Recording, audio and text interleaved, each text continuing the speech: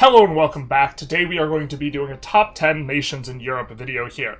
Now, in a couple days we're also going to be having a top 10 nations overall, but the reason we're starting with Europe is because I only think 3 European countries make it into the top 10 overall list, and so I wanted to cover the European ones first because I know there's a greater interest, generally speaking, in Europe.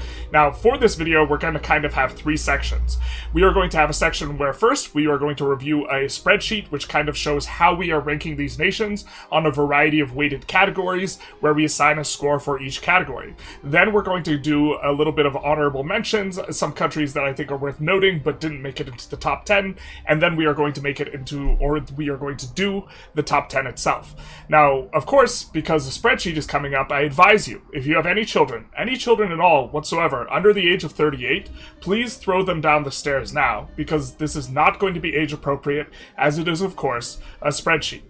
I'll give you guys a moment to do that. Duct tape them to a wall or something. Hide them in a cupboard. So, we've hidden all the nations for talking about the spreadsheet to avoid spoilers, but here we have it. So, first of all, we will have a column with the name of the nation, the flavor tier list, the region in which it's in, which, by the way, this is one where you can check the boxes in order to sort. We have only Europe checked, so we're only going to be showing European countries so that we don't spoil the top 10 overall video. And then we have this rating system, which uses a bunch of weighted scores across multiple categories here.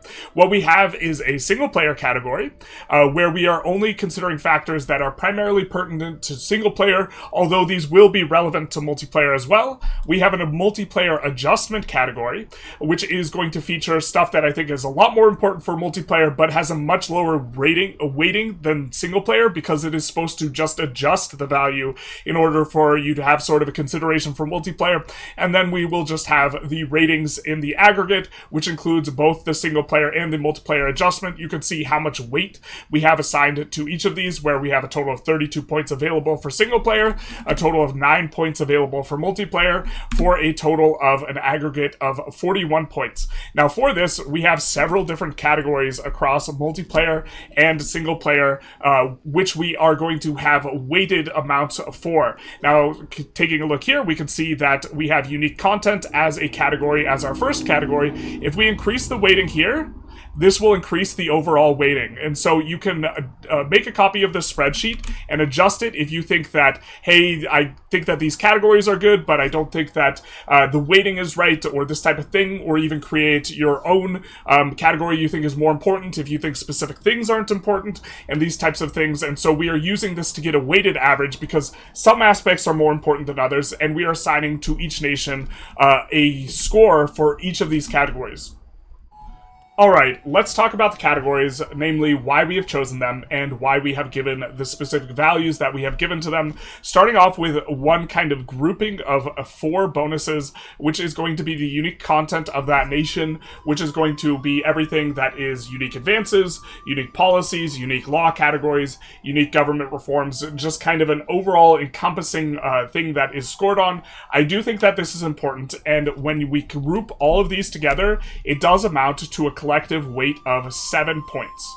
And so this is going to be roughly 17% of the overall score for the nation. Because your unique advances and bonuses, these stay with your nation for an extended time period. They're really powerful force multipliers. I do think it is a significant aspect of why your nation is powerful, that is kind of detached from the material realities of your nation, but is still going to inform how strong you are, because generally speaking, it's kind of easy to pick up land, right? It's kind of easy to pick up population to the extent that you can expand, but something you can't pick up is unique advances, stuff like this. Now, a little bit of a caveat is you can form other nations, and to the extent that you want to form other nations, or you think forming other nations is a common play pattern, you might want to value these categories less, but these are the values that we have given to them. Specifically, for unique content, we are going to have more of a weighting towards things that are not eco or military bonus, because these have their own categories, but we are including eco and military bonus in here. We're thinking stuff that is particularly good in these categories, or in this category, is stuff like government reforms and cabinet seats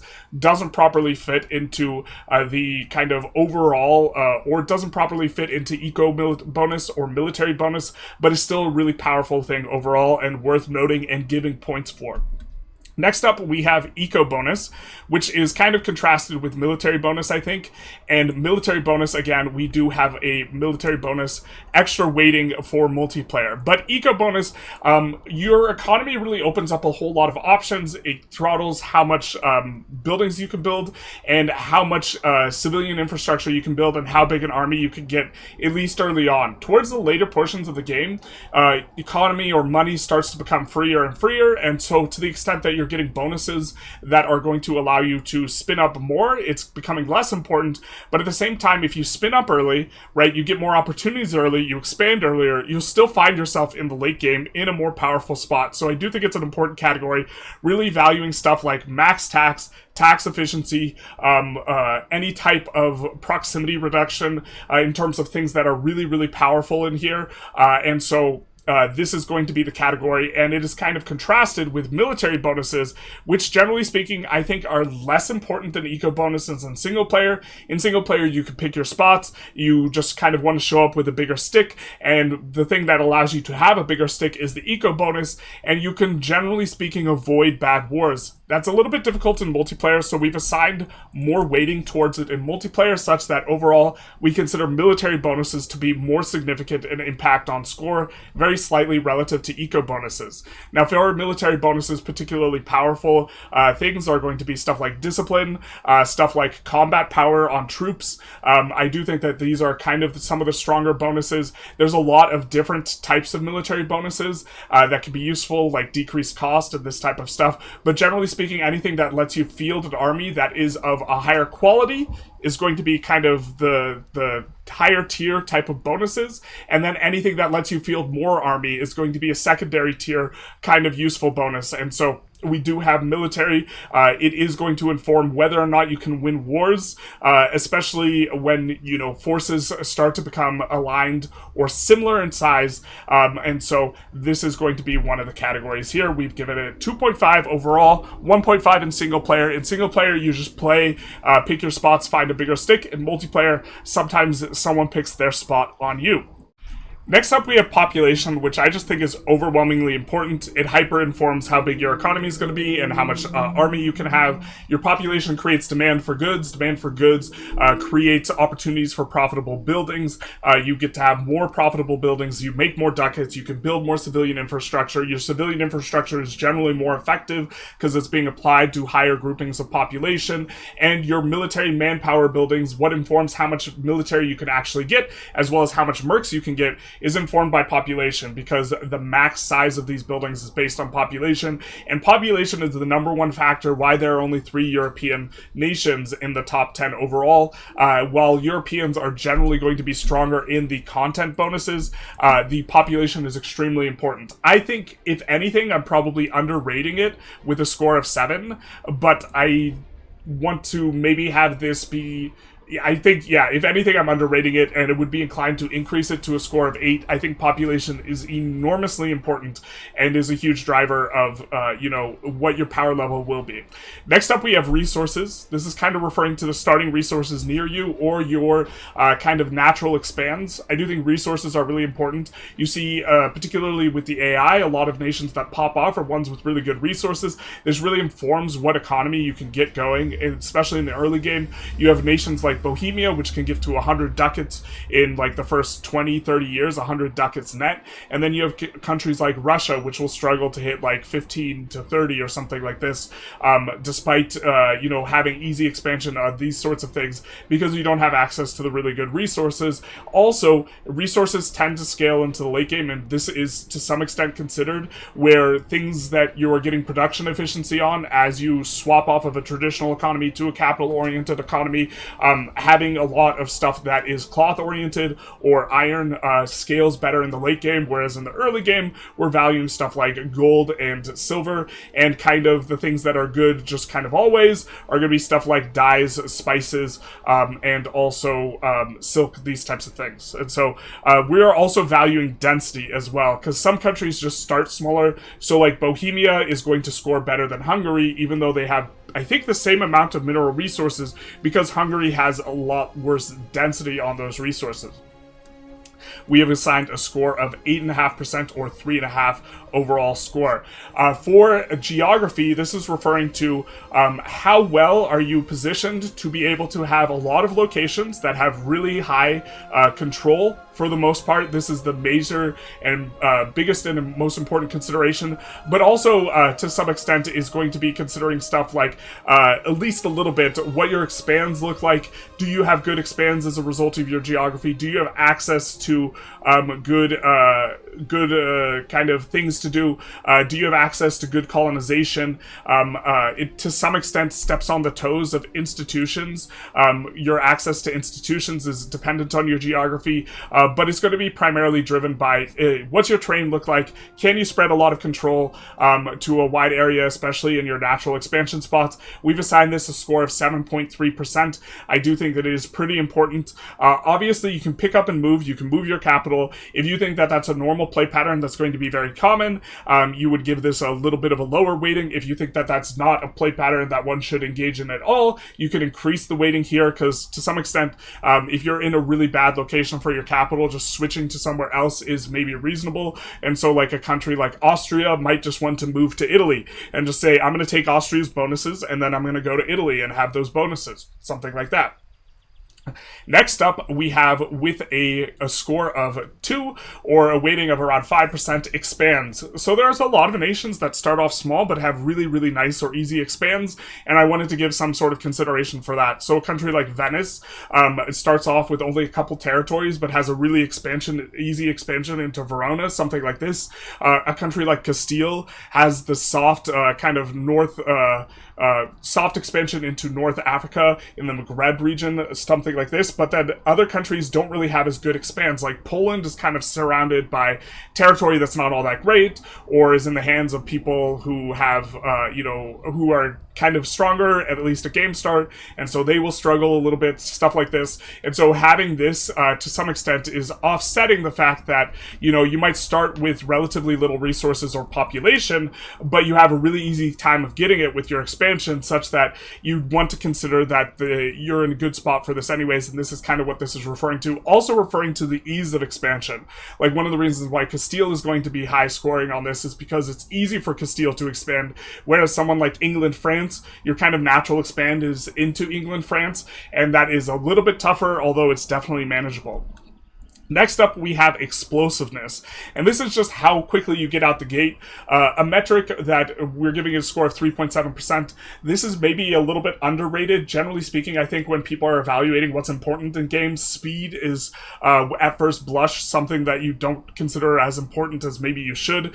A big part of this category is how much army do you have at game start, and how much army can you have in 50 years, and also how much your income you have at game start, and how much income you can have in 50 years. Something to this effect. Obviously, this is kind of leaning into some of the categories of expands and resources and this type of stuff. It blends in, but I did want to have a separate category for explosiveness, because some nations just get out the gate really quick, and some nations really struggle, especially nations that have really nasty disasters. Like Delhi is not explosive at all, despite having a bunch of things going for it in other departments. And so this is a way of kind of tamping down on countries that have particular things that are weaknesses, as well as kind of giving more points to the countries that really come out the gate swinging, like a country like Bohemia.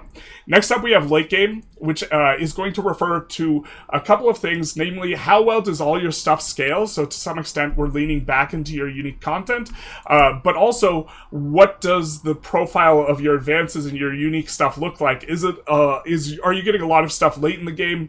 These types of things. And so it's going to be a scaling issue. We've only given it a 2.4% importance. I think that this is because it's double dipping in terms of its category a lot with almost everything. Like it's double dipping with geography in terms of what's your top end, with your natural expands, which is another category, right, in terms of how much control you can get and how this leans into the late game. But a lot of it is weighting towards like, do you have a lot of really juicy stuff in the end game per your unique content and stuff like this, which kind of gives the additional weight, right, to unique content, which is one of the reasons why we have a lot of categories that kind of overlap, and this is one of the reasons why perhaps population should be boosted above 7, because there's fewer overlapping stuff with population and more overlapping stuff with unique content. Next up, we have institutions.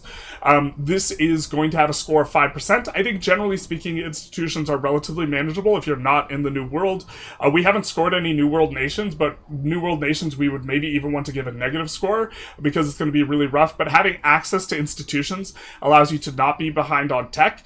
And I think for the most part, most people can research that are not like, as far as China, Korea, Japan, most other countries will be able to get to the point where they are not bricking research, where they are not needing an institution in order to be having a tech that they are researching whatsoever. Like, they don't fill out their tech tree before they get institutions, but having a better timing window for having institutions earlier is valuable, and this is largely what this is referring to. So being close to, generally speaking, Italy is kind of the primary metric here. I do think that a big part of this stays with you, but that it kind of scales off in late game to a large extent. I probably need a bigger sample size on what the late game looks like as in terms of how easy catch-up is. If catch-up's really hard, the score should be higher. If catch-up's really easy, the score should probably be lower, especially because your neighbors generally won't have an institutional advantage on you. Otherwise, you would have easy access to the institution. And so the relativistic thing is pretty important. And the question is if you're in the Far East, do the Europeans start stomping on you? This is where the Europeans generally are going to be performing significantly better than the rest of the world, and also it adds a little bit of a level of balance that offsets the fact that population-wise a little bit weak. Okay, next up we have half a point, that's 1.2% for formables. This is maybe underrated in terms of a category, but a lot of this is for natural formables, formables that you would kind of form under normal circumstances, so I kind of wanted to give it a small weight because you can do a lot of formations that are unreasonable, and so giving a lot of points to someone because their natural formation is going to be easier is kind of a little bit strange. We're giving also a little bit more points if that formation is really easy.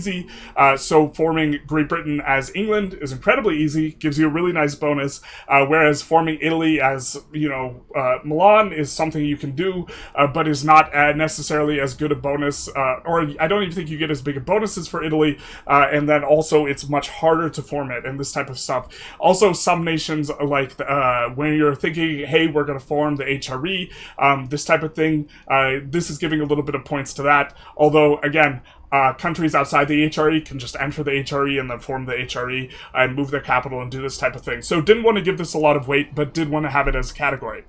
Next up with 2 points, we have international organizations and situations, which kind of cuts both ways. If you are like net neutral, we gave a score of 3. Scores are generally from 1 to 8, or 1 to 7, and then exceptional gets an 8, and then really, really bad, I suppose, could go under 1.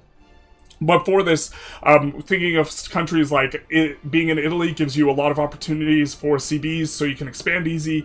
This is an advantage, right? But having a really nasty situation at the start of the game is a disadvantage at the same time. In single player and multiplayer, these kind of probably cut a little bit differently. We regard the 100 Years' War as an advantage, but in multiplayer it's probably a disadvantage. And so giving a little bit of a score towards this, because I think this really colors the start. And to some extent, maybe this is built in with explosiveness and is an unnecessary category, and explosiveness should just be its own category that is weighted heavier, something like this. But also, sometimes being in particular international organizations is important or valuable.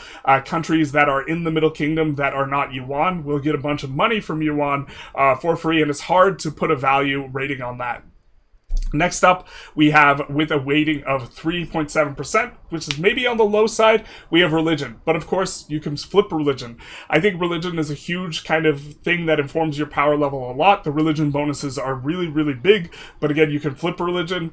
Depending on your game settings, you don't even need to have that many pops of your religion to flip. Using the standard game settings, you requires 40% of your religion. I really do think some religions are way stronger than the others. In particular, looking at the Europeans, we're going to see a lot of Catholics.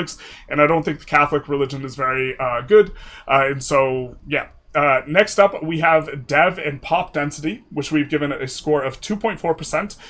Now, for this, we are thinking primarily in terms of obviously how much development you have, but also pop density. If your pops are really condensed in one location, that's really valuable. So the Mamluks have a bunch of terrain, have a bunch of territory, but their pops are really condensed. And what this means for them is where their pops are, they're going to have really high control. A country that has a sort of reverse pop density is a country like England, where immediately around the capital, you have very little population, and it's kind of out on the outskirts that you have the population. Although, to be fair, England has a ton of very proximal areas that are rich in pops, and so they shouldn't necessarily score really low, but we are giving a little bit to this. Now, this went down from a pre-release version and was a much more important category before, where development gave a lot more proximity impact, because this was a really, really valuable thing. So this category I do think was more important before, but dev is also going to inform how much you can urbanize and how well and these types of things,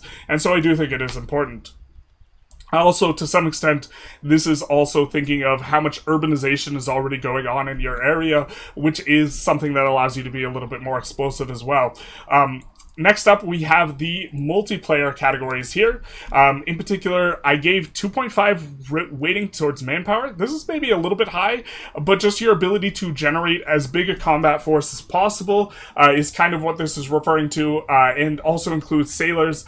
So to some extent, it's including multiple things. I do think that this is important to multiplayer.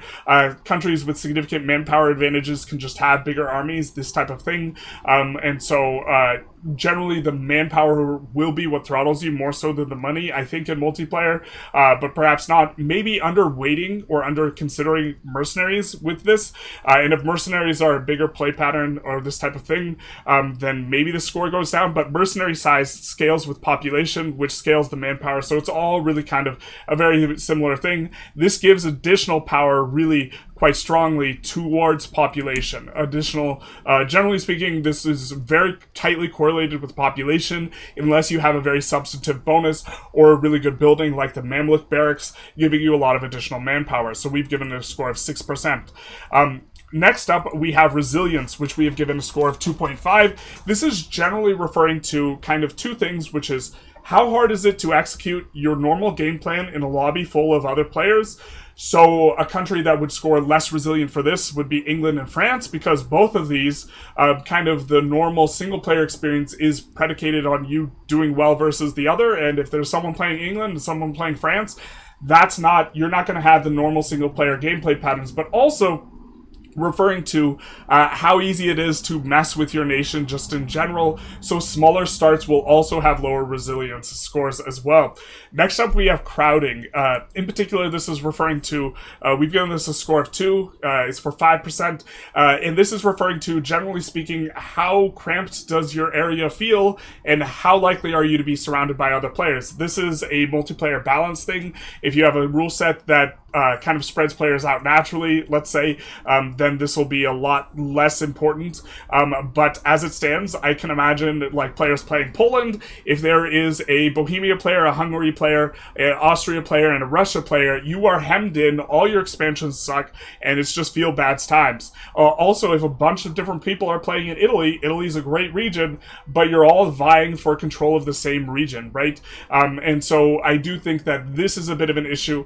Countries will also just generally kind of score a little bit higher on this if they're bigger, but if they're likely to butt heads with other people, they will score lower on this as well. Next up, we do have the military bonus. We already discussed this, but again, giving extra weight towards the military category in specific of multiplayer, because sometimes you just have these massive armies and the size isn't going to affect the battle as much as the quality, although this is also considering, size, because that is part of the consideration of military bonuses. And finally, we have how benign is the nation. And this is how spooky are you, how incentivized is the lobby to try and deal with you earlier, inferior or see you as the bad guy. Generally speaking, smaller nations tend to be more benign, and nations that are really kind of smaller specifically, but explode and become really powerful, and we're thinking of the Ottomans, are going to be not very benign at all. And so I have given a category for this with just a 1 point of weighting, and this is kind of our total setup in terms of how we are evaluating nations here. So on to the honorable mentions. Here are the nations that didn't quite make the cut, nations that we looked at, nations that we examined. We didn't look at every single nation super closely, but we're going to talk about a few of these here. So, honorable mentions from the 20 to 15th place spot.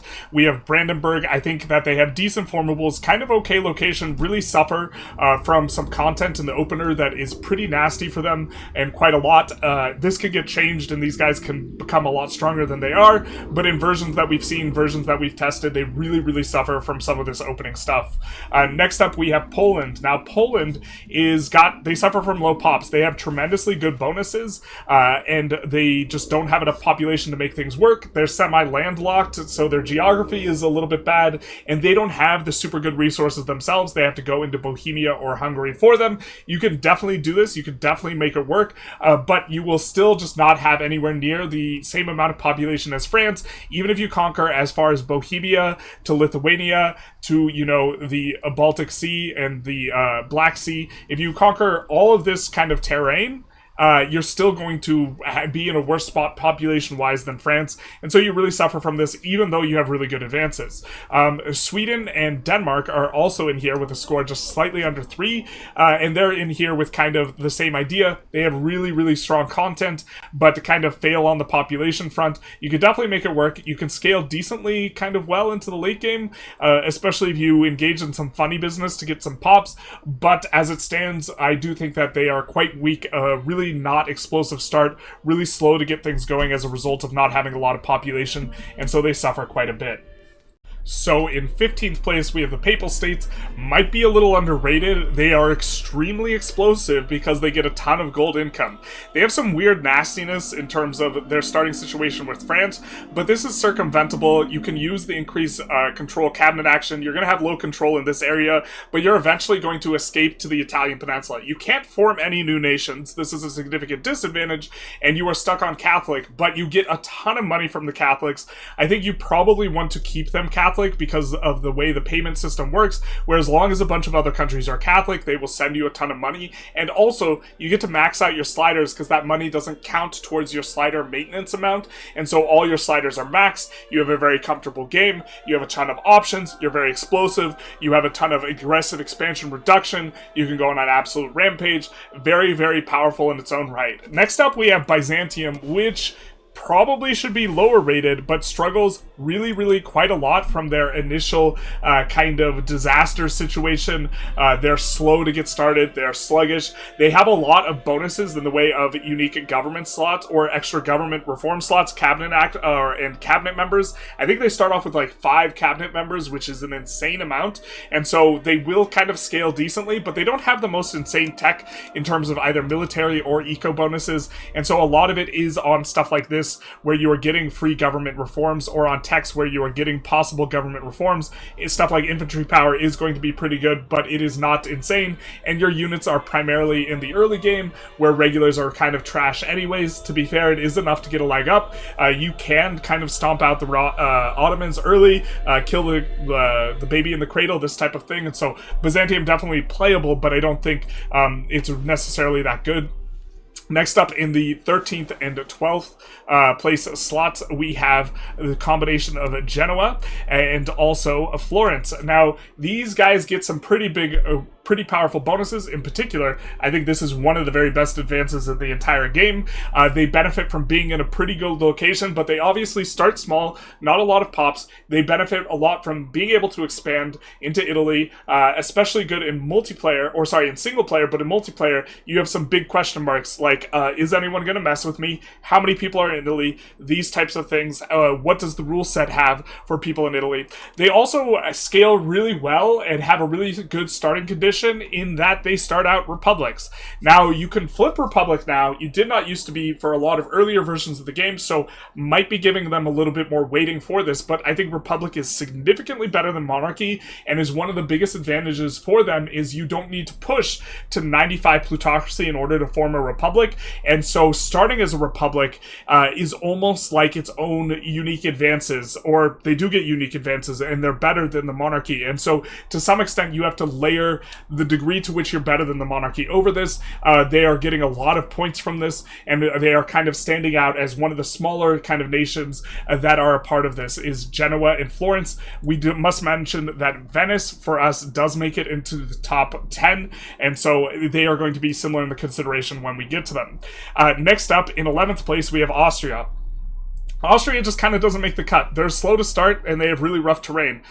Let's take a little bit of a look at them as the 11th spot, and as I think they are the only Tier 1 nation we have scored this low, it's maybe worth kind of just showing a little bit closer, but they have a really kind of dearth of, like, a good open area for which to kind of construct an economy. You maybe go and expand into Bavaria and set up there. Bavaria, though, kind of surrounded by a bunch of hills and mountains, and really the mountains are very significant detriment from your ability to build up a lot. Your geography is just incredibly rough, and then on top of that, even once you consider all of this stuff, you're kind of stuck in the middle of the Bohemia, Hungary, and whoever's playing in Italy.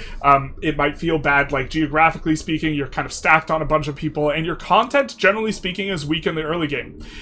You do get, in terms of economy, some really good bonuses in the form of legitimacy, and you do get a couple of bonuses, little bit of proximity cost, but it is not kind of on par with what a lot of other countries are getting, and a lot of your bonuses are kind of either later on or they don't really come into play until later. And so things that we are thinking of is you get a ton of free legitimacy, which is really strong production efficiency in the late game, but this stuff is really, really late on. And so, you know, artillery power, artillery build costs, all age 6, they're just generally speaking a slow starter and need to get going, especially because one of the most important things is they have a couple of policies that we can't show off here that do also give extra legitimacy. Extra legitimacy scales incredibly well once you're a GP and once you're the number 1 GP. They're kind of slow to be able to utilize this. This does save you a ton of money. This stuff is really strong eventually, but it's really just kind of a slow start. Suffers quite a bit. Does get some bonuses from the idea that you are likely to form the HRE playing in single player, but if you're playing in multiplayer, forming the HRE is probably unlikely, and you just don't have access to the sea really that easily, or you don't have, like, you're landlocked while being close to the sea and not really having a bunch of big open clearing for land, and so there's just a lot going against you in terms of your geography, and that's the primary drain, in addition to you being a slow starter. Kicking things off in 10th place with a multiplayer adjusted score of 3.29, we have Naples. Just kind of wanted to note that they just edged out Austria by 0.01, and so you can very reasonably have Austria with just a tiny adjustment being in the top 10 ahead of Naples. We do have, generally speaking, weak unique content, and a lot of their power is going to be coming from their geographical position and also relatively explosive kind of start. So let's take a look at some of this unique content here. Now, we are going to generally be really not having a lot of stuff going on early on, and we are going to have institution growth 20%. You have access to it really easy anyways. Trade efficiency 2.5%. Trade efficiency can be quite weak. Crown power 10% early on is a nice modifier, as is the max literacy, but that's kind of the big shebang. Possible burgers in towns and cities is also nice. It really kind of enables you to go really burger oriented a little bit early. Towns and cities migration attraction is kind of a bit of a mixed bag, because if you're not really utilizing the additional pops by virtue of them pushing up the building limit, this is going to hurt your population growth because you grow more in rural areas, and so that's kind of a bit of a mixed bag. We have minus nobles power, kind of an irrelevant modifier. Shipbuilding speed, artists are just kind of trash, and then kind of now we're in H5. And so you don't really see anything that is really substantive eco or military bonus in the first 4 ages. You see some kind of, oh, that's nice type of things, but nothing crazy. We get +1 government reform. That is nice. Then we also get central power in the Mediterranean. The raw materials output. So this is their big eco bonus, which is a modifier that a lot of other countries have, and infantry power 10%. There's nothing really on Neapolitan and Italian that's too crazy. You get the Italian unique kind of advance that unlocks the ship and the Fondaco building, but there's not too much to write home about. To kick things off, we have a population score of 2.25, which is rounded up, resources score of 3.5, and a geography score of 6. Let's jump into game and see why we have those going on. You have some of the highest population in all of Europe with 2.46 million pops. If we take a look at the pop heat map, you can also consider all of Italy to be a relatively strong region as it relates to the rest of Europe. I think only France has more population than all of Italy, although unifying Italy is less of a comfortable thing as Naples than unifying France is as France. In your natural expand, you do have, with Sicily, quite a good bit of population. That is very natural because you have cores on them already. You can just use, your cabinet action to formulate CB on them and go after them very, very quickly. And you will also have relatively easy expansion into the rest of Italy by virtue of the situation of both the Italian wars and the Ghibellines versus Guelphs. You also have really nice density on your population with 300k pops in Naples, which, unless I'm wildly mistaken, is the highest pop city in all of Europe. There's like a high 100ks up in kind of northern Italy, where we have stuff like Milan having 180 and 270 in Paris, but you're really going to have the most over here in Naples.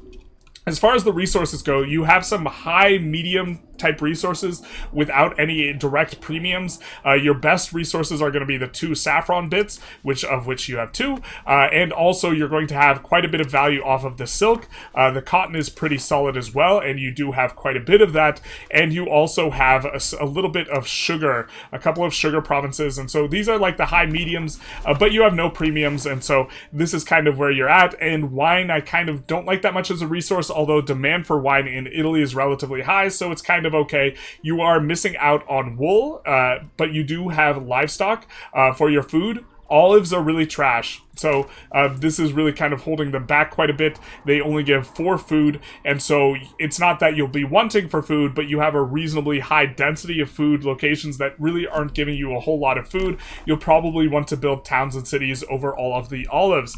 As it relates to kind of your geographical position, I think of the entire Mediterranean, that Naples has the best capital location. You're going to have a relatively big province here, which is going to be nice. You don't have, I guess, wool or cotton in there, or iron, which would be nice, but you have these 2 pretty big provinces, and geographically speaking, you have this good natural harbor, and you're also just well situated to project control over the entire map. You can cut through here and go to Greece, have high control. You can cut overland through here, get decent control over to this side. You can get really high control to all the entire western portion of Italy, even as far over to southern France, and you can also get very good control over to kind of Tunis. And so what this represents for you, even in like the relatively early game, is this massive chunk of land where you can get really, really high control, making Naples one of the best spots. If you're over somewhere in, Castile, this type of thing, you don't have stuff over to your left as much, right? But with Naples, you're very centrally located in terms of what you have going on, and this is a centrally located place on the Italian peninsula, has a really good natural harbor. You basically just have everything going on for you. So for the scores, we gave Expands 4.5, which is quite a high score. Not many countries are scoring higher on this list. You can see every country below them is scoring lower. You have the Ghibellines, Guelphs, the Italian wars generating easy CBs. You also have the immediate kind of CB access on Sicily. All your targets around you are significantly weaker than you. You're not next to anyone huge, and so you can expand in all directions, and everything that you can expand into, you can generally get control onto. And and so you will have an easy time forming Italy, probably the easiest and most straightforward for forming Italy, but doesn't really necessarily have as much top end because, as we mentioned before, the content is generally weak. You're very explosive. We gave a score of 5 on explosiveness. That's only 1 less than the Papal States, which gets unlimited money, because I think you can do all of this with your expands. For late game, we have a relatively low score. Don't really have as good a scaling without the advances. You hit your kind of top end, I guess, a little bit faster, and so you fall off. Generally speaking, the more explosive you are, you tend to have a worse late game. For institutions, we have a 6.5. You have a unique tech for faster institution spread, but that's not really what it's about. Just geographically speaking, you have really good pull everywhere, and Naples specifically, by virtue of being closer to the Mamluks, who will be the first ones to spread meritocracy, will also get the institution from the other direction faster, and so we have a score of 6.5. So for formables, I think I actually probably overscored this for Naples because they actually don't get a whole bunch of new stuff off of the formables. I think that they get, if they form Italy, a little bit of merc cost reduction and also literacy, something like this, which isn't the craziest. They do have a formable, but if you're kind of starting off as a formable in your own right, where you have a bunch of stuff going on, we do give you a score of 3, but Naples maybe doesn't have that in terms of its bonuses. It's on the weak side. I do think I probably overscored this, but to be fair, this is only a 0.5 scoring, and I think I maybe underscored their content, and so we could take a quick look in game at their formables, but if I'm not mistaken, the only thing that they're getting new is going to be a little bit of literacy. Coming in here, we do get, I think, the 10% morale is not present on Naples, so you get this. And to be fair, you get this really easily. There is some ease of formatting here. And then I think everything else is present on Naples. I think Legacy of the Normans is not on their generic content, but everything else is. And then on Italy, a lot of this is going to be present. I'm not sure if you get Universities of the Peninsula in Age 1. I think you might. A little bit of Diplo Capacity, Prestige, Embrace Institution cost you already get. This is like an Italian thing. And the Great Condottieri campaigns, I think, is not available on Naples. We can double check real quick, but I think that Naples content is going to not have. Looks like the Universities one is going to be new, and also the Condottieri or the Age 4 thing is also going to be new. So picking up a little bit of stuff, but it's nothing too crazy in there. Jumping back into the ratings here, in terms of international organization situations, they benefit, as we mentioned, a lot from the Ghibellines, Gulefs, and the Italian Wars. You get very nice expands, very kind of reasonable things to be doing. It's also like a little bit of a fun thing. And then you have the 2 score of Catholicism, which, to be fair, maybe we should score a little bit higher. Generally speaking, if you could get off Catholicism really easy, we tend to score higher. And by having nice expands into Tunis, it's easier to get 40% Sunni so that you can flip Sunni. So maybe this should be 2.25.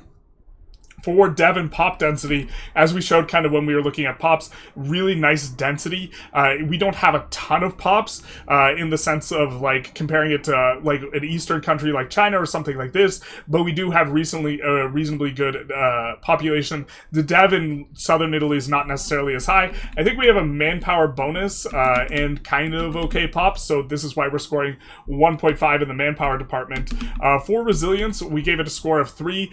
This is kind of an average score here, where you will have your plans kind of disrupted by the virtue of you being in Italy, but you are kind of the strongest power in Italy, so it's a little bit of a kind of mixed bag. The fact that I think Italy will be a contested area, generally speaking, is why we gave it a crowding of score of 2. But to be fair here, maybe this is also a little bit low because you can expand into Tunis relatively easy, and you can expand into the Balkans relatively easy, and these places will provide value to you. But from the perspective of Italy itself, I'm expecting that there's at least 1 Northern Italy Italian player, 1 Southern Italian player, and this leaves you feeling a lot more cramped than a country like Castile or England or this type of thing. We gave military bonuses just a copy of the other bonus off to the left, and then we put them at a 5.5 on benign, because I don't think you're really worried about the Naples player too often. They're either going to be kind of far away from you, or they're going to be someone that you cannot really mess with that much. So the people who care are the Italians, and they can't do that much against you, and then most other people aren't going to care or see Naples necessarily as a long-term threat, I think. And so to just kind of return it over to the left, we are going to have a multiplayer adjusted score of 3.29. Next up in 9th place, we have Venice.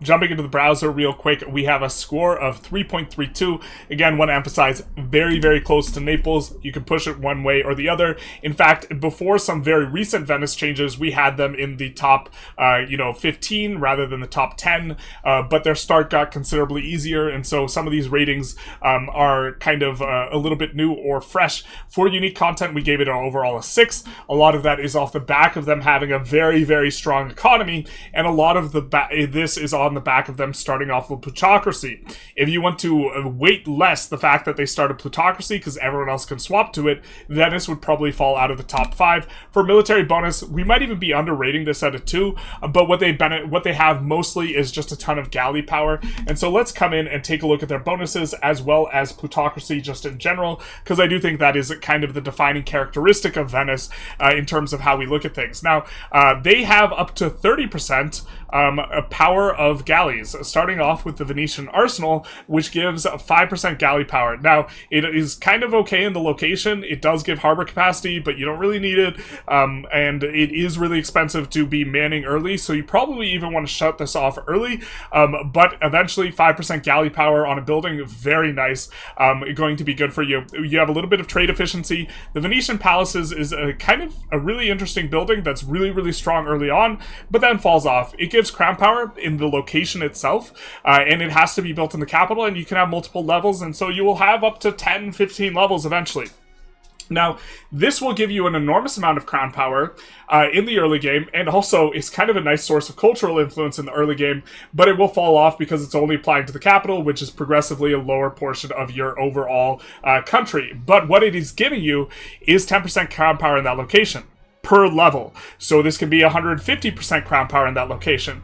And this combined with the very subtle, although maybe not so subtle, the fact that it employs 200 nobles is kind of insane because it adds 2,000 to 3,000 nobles per location. Now, to be fair, they're very expensive to build, but the nobles are going to eat a lot of goods, so this will create a lot of demands for goods. They are the highest consuming pop in the game, but also they have the highest base value in terms of pop political strength.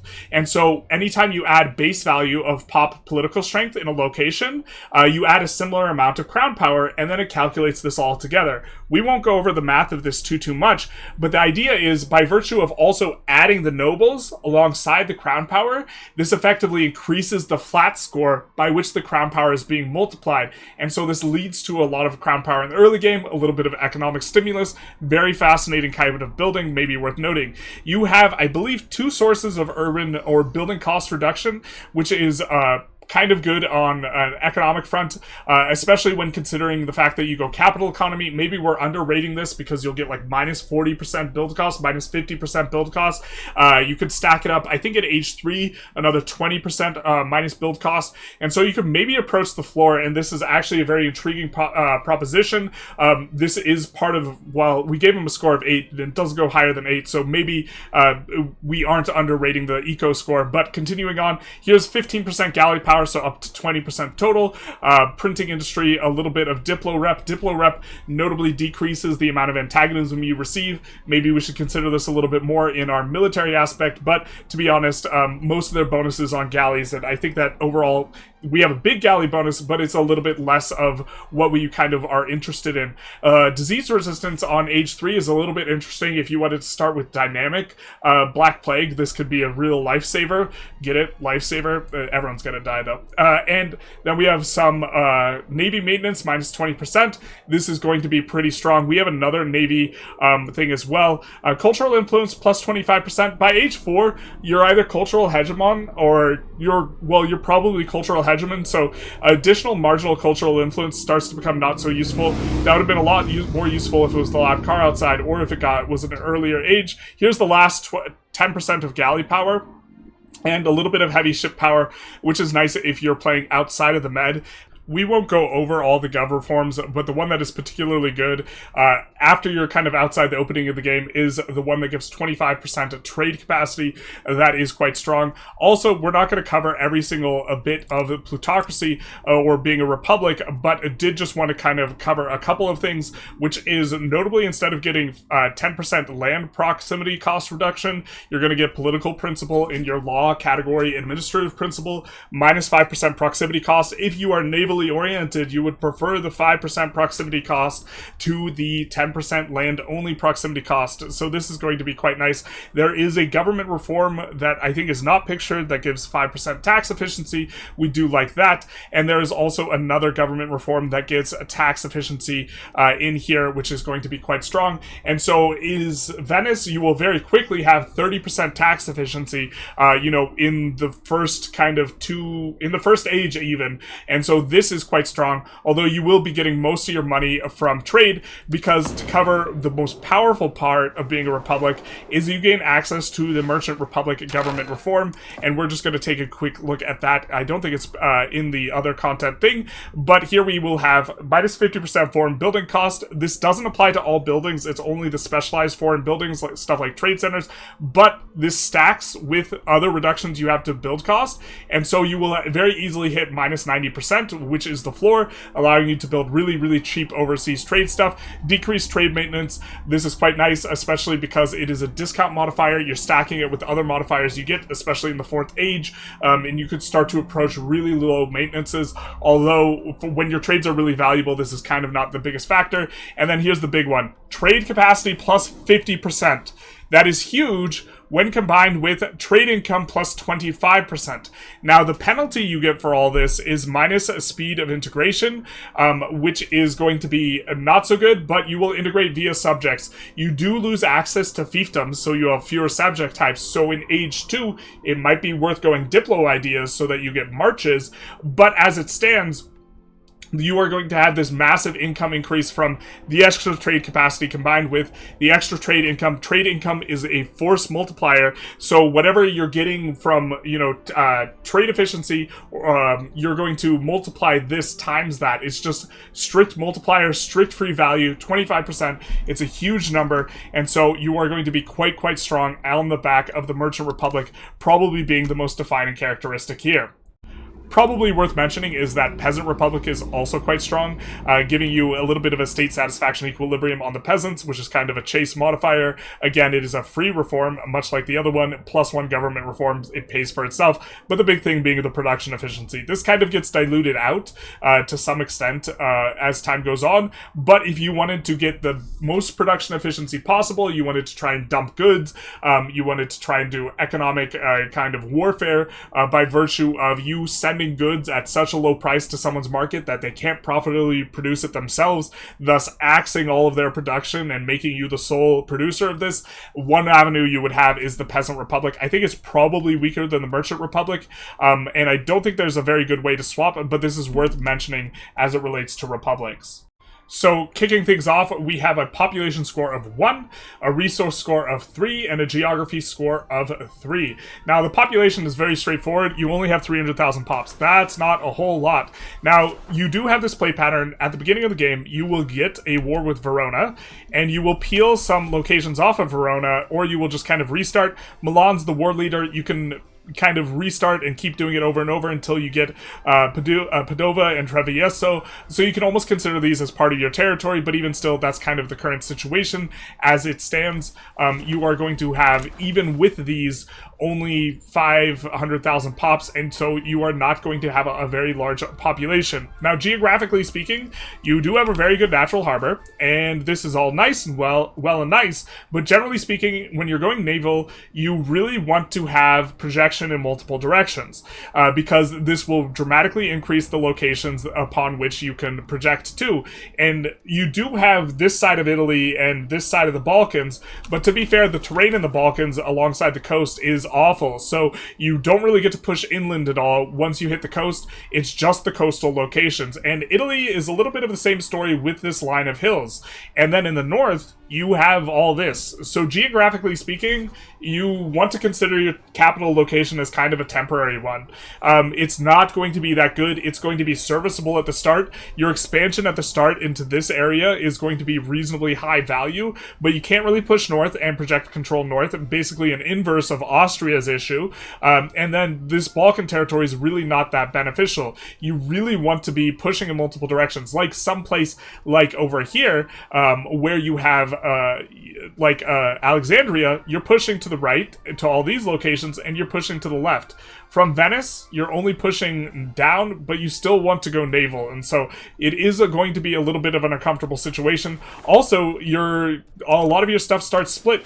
You start with a lot of territories kind of in the middle of nowhere, and those are going to not really be necessarily things that you can go for that easily. Now, as far as the resources go, you are going to, in terms of your starting stuff, have really trash resources. You just have fish. Fish is terrible, but you have a pretty good province in the Venetian province here, which is quite large, and it's also going to have both wool, salt, and livestock in it, and also clay, so you will have reasonable production efficiency bonuses in your capital province, and in your early expand you will have the silver. A lot of your value is coming off of the silver rather than the fact that you start with really good things, and so that will be the backbone of your economy, specifically on also exporting silver, because you have a massive force multiplier in terms of your income. You're going to build the silver, you're going to export the silver, and that's going to be fine. You kind of do have nice expansions into stuff that has silk. The salt is a little bit okay. You have a few piles of mercury that are reasonably close, but generally speaking,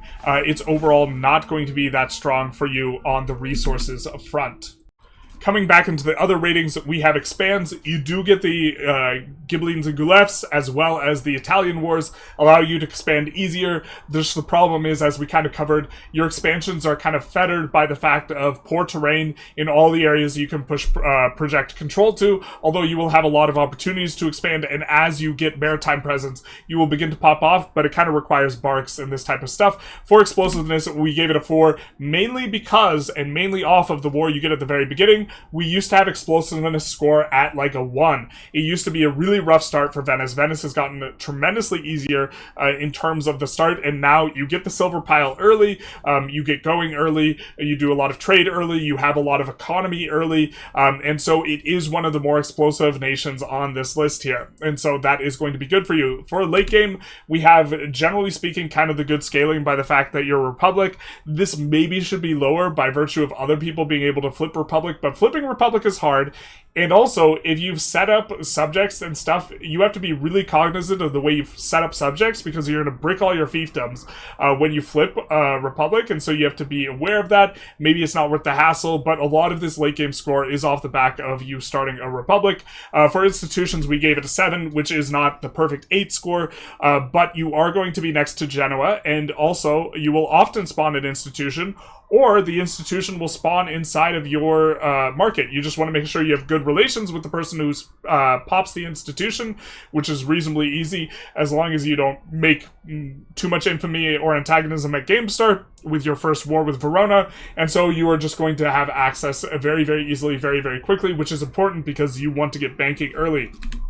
For formables, we gave it a 5.5, and part of this is off the back of the fact that you start as a Republic. Republic is kind of better, and if you wanted to full nation flip to something else, then you could do that very easily as Venice and retain the fact that you're a Republic. And so transitioning into just like being Saxony or something like this, something a little bit weird, is something you could consider. A lot of it is off the back of that, but you also do have Italy that you can form as well if you were interested in doing that. We have a little bit of bonus points for your international organizations and situations, giving you extra CBs, this type of thing. Religion, we do have a score of 2, kind of the norm. Catholic is not very good. There's not much to talk about there. Coming on over here, dev and pop density. You are reasonably pop dense. A lot of it is close to the capital. You also just have a bunch of random territories that are just kind of nothing to you, that have 8k pops and fish and are basically useless, except for the point that they allow you to project maritime, and this is kind of it. So kind of a little bit weird, but we're mainly only considering the island of Venice and the 2 locations next to Venice in terms of importance, and so maybe this score should be a little bit higher, but it's got some weird territories that are a little bit far out, and a couple subjects, this type of thing. Also, in terms of the expansions, just generally speaking, we do consider subjects as a form of easy expand because you just annex the subjects. For manpower, you're not going to have a lot. You're going to do well navally speaking, but the Navy doesn't require a lot of manpower. You probably, in terms of your ability to project yourself militarily, want to really rely on the Navy and maybe find a partner to help you out with the land force. Resilience, we improved the score since their start has gotten a lot easier. If someone wants to day one you, you might have a little bit of a struggle with that, but generally speaking, your game plan of kind of making a power base there is going to be okay. I guess you kind of really suffer from your ability to move capital in multiplayer, and I do think that this is probably something you want to do as Venice. For crowding, we gave it a score of 2. It is, unlike Naples, it should probably have a lower score than Naples, to be honest, or Naples should maybe have a higher score, because you feel a little bit more crowded to the north. You can't expand to the north, and as we mentioned, you have just a corridor with poor terrain, on top of the fact that other people are likely to start in your region. You're likely to see a Hungary-Austria player and another Italian player, and you're kind of surrounded. Your military bonus is just carried over. And then for benign, I think it's going to be a 4. I think that the fact that a republic is kind of scary, and that's the main reason why they don't have a benign of like 6 or 7. Off the back of that, if players aren't concerned about the fact that someone's a republic and just makes gobs and gobs of money, then maybe this isn't a big deal. I think if you let Venice get going and mercenaries are any good, currently mercenaries and regulars in the first 3 ages are really weak, but if those get any good, your ability to just dump mercs into people is going to be quite strong. I'm just generally a little bit spooked by anyone who starts a republic, so that's why they didn't score way higher, but at the same time, it's not going to be like this crazy thing where they just pop off really hard and they have to be dealt with. Next up, in 8th place, with a multiplayer adjusted score of 3.33, again, very close are these, is going to be Portugal here. We have unique content bonus of 4, an eco bonus of 5, a military bonus of 3.5, and a very strange situation where culture flipping to other cultures in their kind of immediate vicinity is potentially really powerful, so some of these ratings that you would want to adjust based on how reasonable you think that is, or how big a priority it is, how easy it is. I think it's easier to do as Portugal because they don't have a lot of population, but let's kind of jump into a game and take a little bit of a look at Portugal here. So kicking things off here, we're going to look at their content where you have a bunch of stuff and a bunch of stuff really early. We're just going to skip ahead to this part where you start with Portuguese monarchy government reform, which gives you 10% tax efficiency right off the bat. As Portugal, you're going to open with 20-25% tax efficiency. This really makes it a very smooth opener, and you're going to have a lot of other stuff going on for you. Coming back up here, you are going to have infantry power from the get-go. This is going to be quite nice as a military bonus, and establishment of the Portuguese Navy, also going to be nice for the naval tradition. If you're looking to push naval values, having Navy tradition allows you to get a trend towards naval that allows you to avoid backslide by virtue of having a trend towards land. So this is a huge quality of life bonus that's going to really make it easier to push naval. RGO output also tremendously strong, and you're getting it early. And it's going to be strong early. A lot of resources will get RGO or materials output modifier, but a lot won't. This will be a lot stronger on the ones that don't. Stuff like gold gets like plus 200%, so this is relatively diluted. You are also going to benefit and be better at colonization, but you don't necessarily need that much range, but this is going to make it you a lot more skilled specifically at reaching into Asia, which is a historic thing, like that car reaches the window from the loud outside. You're going to get a little bit of heavy ship power. Fetorias are a building that's really hard to evaluate, but pairs well with one of their Iberia bonuses, where you're going to get 5% production efficiency, but it has to not be on your starting continent. Geographically speaking, North Africa is real close to you, so you can project a good amount of control there, so this is going to be really nice to have in North Africa, but it is also urban only, so very kind of weird building. I think it's pretty solid. We are going to have monthly colonial migration. That that gets diluted out quite a bit. Very nice is the loyalty of subjects, 10 plus 10. You are really good at playing for subjects. 25% crown power that late is kind of medium. It's extremely good early. And some RD power, wine output, and also this. I do believe you also get a unique reform or something that gives you 50% output in terms of your subject income, or that might be a Spain thing, which you can form. I do believe that is somewhere in here, but okay.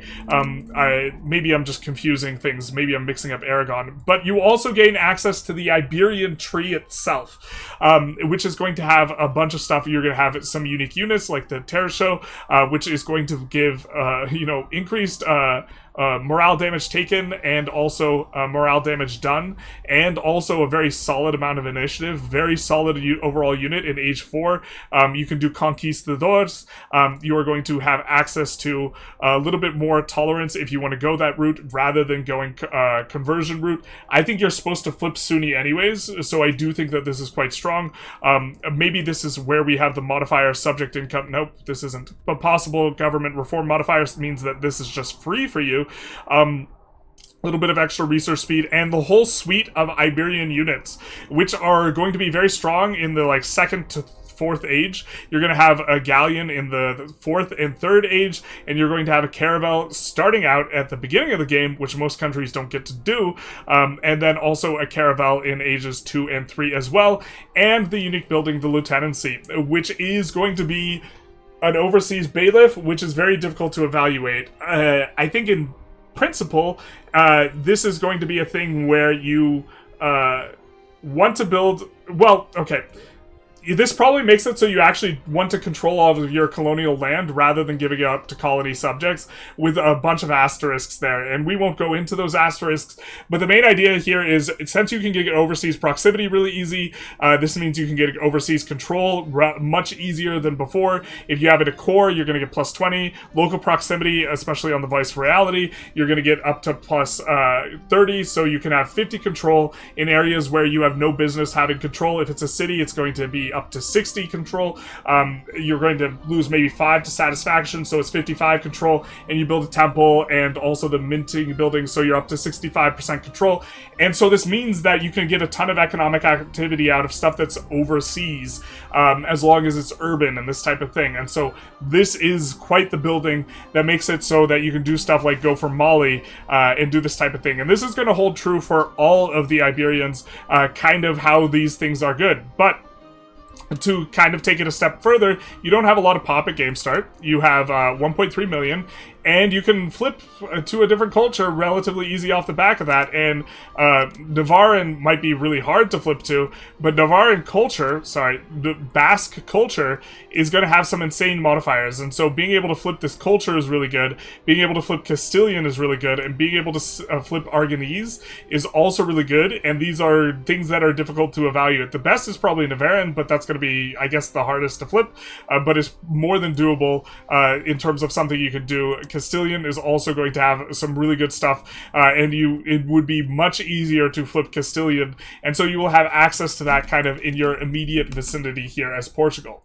To clarify a little bit what you're missing out on if you just choose to have all your colonial land be directly controlled by you and you build viceroyalities and feitorias there, is you're missing out on the colonial, absolutely insane population growth and development growth that those nations get. And so there is a trade-off, but in principle, you can get a ton of value out of the lands themselves because you could get like 50 control. So, you're going to have a population score of 2, a resource score of 2.5, and a geography score of 5.5. Jumping into game, let's take a look at some of these things. So, the population, you have 1.3 million pop.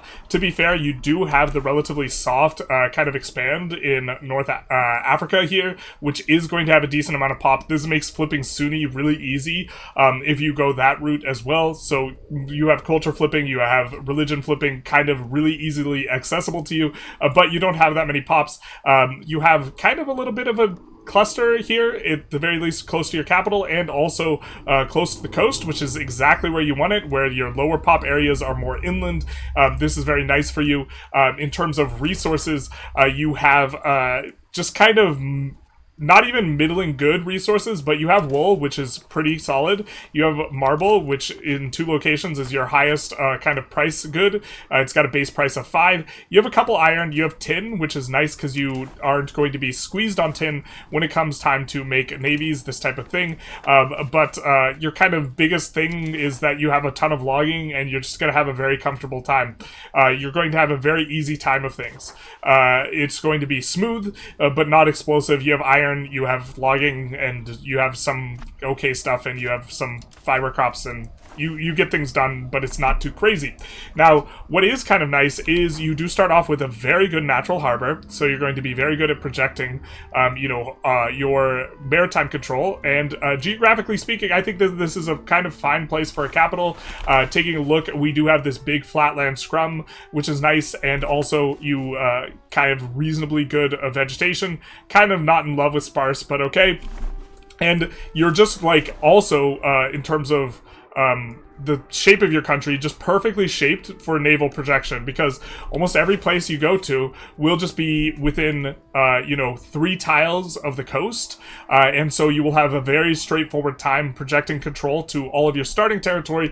And then geographically speaking, you're also nicely situated for colonization, obviously, and also have kind of the nice situation where you are on the border between a continent. And what this continental divide border gets you is you can build, starting in the 3rd age, you can build plantations. Right?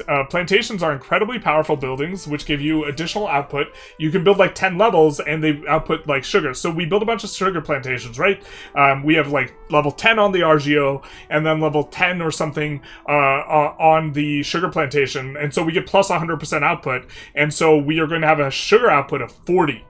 Relative to kind of a normal location having a sugar output of 10, right? And so plantations are incredibly strong. What Portugal can do, since it is on a continental divide, is they can gain access to plantations in areas where they have high control, which is generally an uncommon feature. Now, getting slaves to these locations is a little bit of a more difficult task, but it's much easier if you flip a Sunni. And so this is going to be a little bit of a thing, but being on the continental divide is a huge deal. And if we take a look, I think we only have subcontinents kind of set up in terms of what we have for our map modes, but you can see there's a continental divide here that's meaningful. There's a continental divide here that's meaningful, which incidentally, this is good for Byzantium. And there's a continental divide here, right? And these are going to be the main ones that you can experience, I suppose, Eastern Europe up here in the Caucasus as well. But this is going to give you access to high control areas where you can build plantations, which I think is quite valuable. So let's take a look at the other ratings. We have expands of 4.5. Part of this score is based off the fact you're in a very good colonization spot and is assuming a lot of your expansion will be colonization. And then the other part of it is that it is soft in Africa. Castile's not going to really bother you. You can go for Navarra if you want. For explosiveness, we have 2.5. I think a lot of their strength is in the colonization and being able to play that quite well as going for North Africa. I don't think you can necessarily fight Morocco that quickly, and your income won't be that big that quickly, and so I do think you are a little bit of a slow starter with a decently charged late game, because you have a reasonably good tech. You can form Spain, you can form Iberia, you can form Spain. You could go after Castile, you could go after Aragon, these type of stuff. From institutions perspective, you're kind of shifted over a little bit, geographically speaking, and you will not have access to the Genoa market in an immediate fashion, so you have to wait for the institution to spread to something like Aragon and then get it from there, or the Barcelona market rather, and so this is going to be a little bit slower, but to be fair, for the institution you're very, very likely to spawn the New World institution, so in the H3, you are in a pretty good spot for the institutions, but really the institution score is heavily weighted towards the H2 institutions, because if you're playing tight or you're playing well, it is easier to get the other institutions later on. For formables, we have a score of 5 because you can form Spain, at which point you jump on all of Castile's content / Spain's content, which is going to be stronger than yours, so you do have an upgrade. You can also do a little bit of kind of strangeness in terms of of fleeing to Morocco or some other place, you're kind of reasonably well located for being able to form some strange things, but it's mainly because you can form Spain here in a pretty solid sort of way. You just need to get to the point where you can fight Castile and then fight Castile a few times, right? For international organizations and situations, we just have a base score, nothing too crazy that's crazy good or crazy bad. I suppose you will likely have a good share of things at the Treaty of X sort of situation, especially if you intentionally go for Africa, but I think going for Africa first is weak, and so you're likely to roll the non-African side of things, and so that situation will be a little bit annoying, but everyone who's colonizing has to deal with that. You're not in a uniquely bad or good situation as a result of it. For religion, gave a score of a 3.5. Why not a score of 2? Because flipping Sunni is really easy for Portugal in terms of kind of your natural gameplay patterns, and I think you do want to flip Sunni, and so to some extent we're considering this as Sunni adjacent. For dev and pop density, we have 2.5. You just don't have a lot of pops. You have kind of middling development. We didn't really show the map mode, but the pops are somewhat densely located, so a little bit of points for that, but okay. For manpower, we gave 1.5. Don't have a lot of pops. That's kind of where this is coming from. For resilience, we gave it a 2.5. If Castile wants to wreck you, yep. You can't do much about it, and if Castile wants to play a colonial game, you're going to be seen as someone who is annoying that they can just kind of stomp on. So I don't necessarily know how much... It seems like you're not that resilient, but at least you're not like a 1-province miner or a 2-province miner. You have a lot of locations at game start, but Castile's going to be a little bit spooky, so you're probably going to have to play some Diplo with France or something like that to keep them off your back, or just have game rule settings where Portugal can't be attacked by Castile, something like this. For crowding, we have a score of 2, largely because you're right next to Castile, and you're right next to Castile. I think that that'll be uncomfortable in multiplayer, unless you and Castile agree to work together or something like that. For multiplayer, military bonus, it's just your military bonus carried over. And for benign, I gave it 6.5. I think that you're not really scared. Portugal's going to do its thing. I don't think it's terrifying. They get a lot of bonuses, but in multiplayer, you can kind of maybe keep them off some of the nonsense like culture flipping, maybe even religion flipping, these types of things. And then it's just Portugal's going to colonize a lot. They're going to be better at it, this type of thing, but I don't see them being as someone you see as a late game problem, and also they're not bordering that many countries other than Castile, and so it's less likely you get seen as natural kind of enemies, with the exception of course, Castile here. Next up, in 7th place, we have Bohemia. Now, Bohemia is kind of a weird one because a lot of its power is just based off of its explosiveness and the fact that you're really, really good in the HRE early. And so if you want to consider them as a fast emperor and you look at them from that perspective, you'll probably rate them higher, but they are also very explosive. So if you think explosiveness is better, they'll also be a little bit higher. But taking a look here, we have a score of 3.34. Again, still in the scrum, where we are going to have a unique content bonus of 3.5. They generally just don't have a lot of it. An eco bonus off of 4, mainly off the fact that they get a really, really strong proximity cost modifier, but not much else. And then they don't really have much in the way of military. Kind of, let's take a quick look. And I say quick look because of everyone on the top 10, they kind of have the weakest content, where you are going to have kind of a unique unit that's not very good, a little bit of Diplo rep, which is going to be nice for being able to expand to the HRE. Here's one of their eco bonuses: production efficiency, Bohemian Crystal, 20% glass output. You can kind of specialize in that. You get a little bit of a fort bonus, some heretical beliefs bonus, but as you can see, nothing too crazy as it relates to the military. But for the eco side, or for the generic side of things, Bohemian Commonwealth is a pretty nice modifier, giving you a cabinet seat for free, and extra culture capacity, and add accepted culture cost. This is actually really strong, and this is where most of its generic strength is. In particular, you're going to have access to a law that gives you 10% proximity cost reduction, and that's where most of your power is in terms of the economics.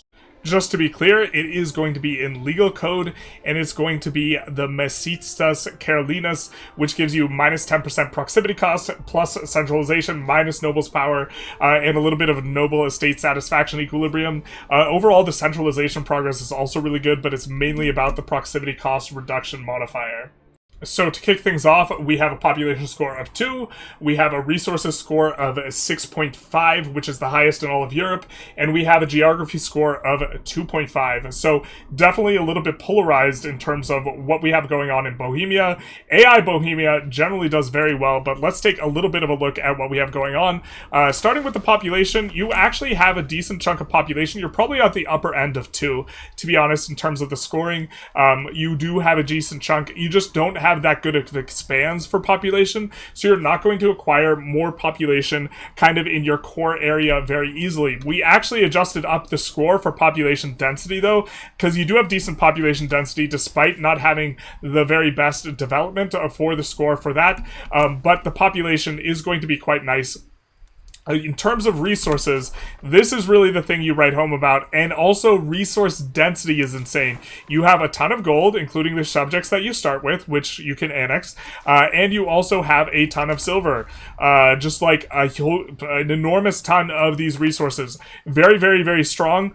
You have a decent chunk of iron as well, in terms of late game scaling from having your production as well as wool. I think you might have 1 cotton kicking around. No, I guess not. But that's mainly what you have going on. You have kind of a high density of trash resources like wild game and sturdy grains, but you are super not caring because you just have nearly like full bore premiums. Now, as far as your geography goes, you are basically forced kind of landlocked, so you're not going to benefit from naval jumping ship, and so it's really just about what things look like around you.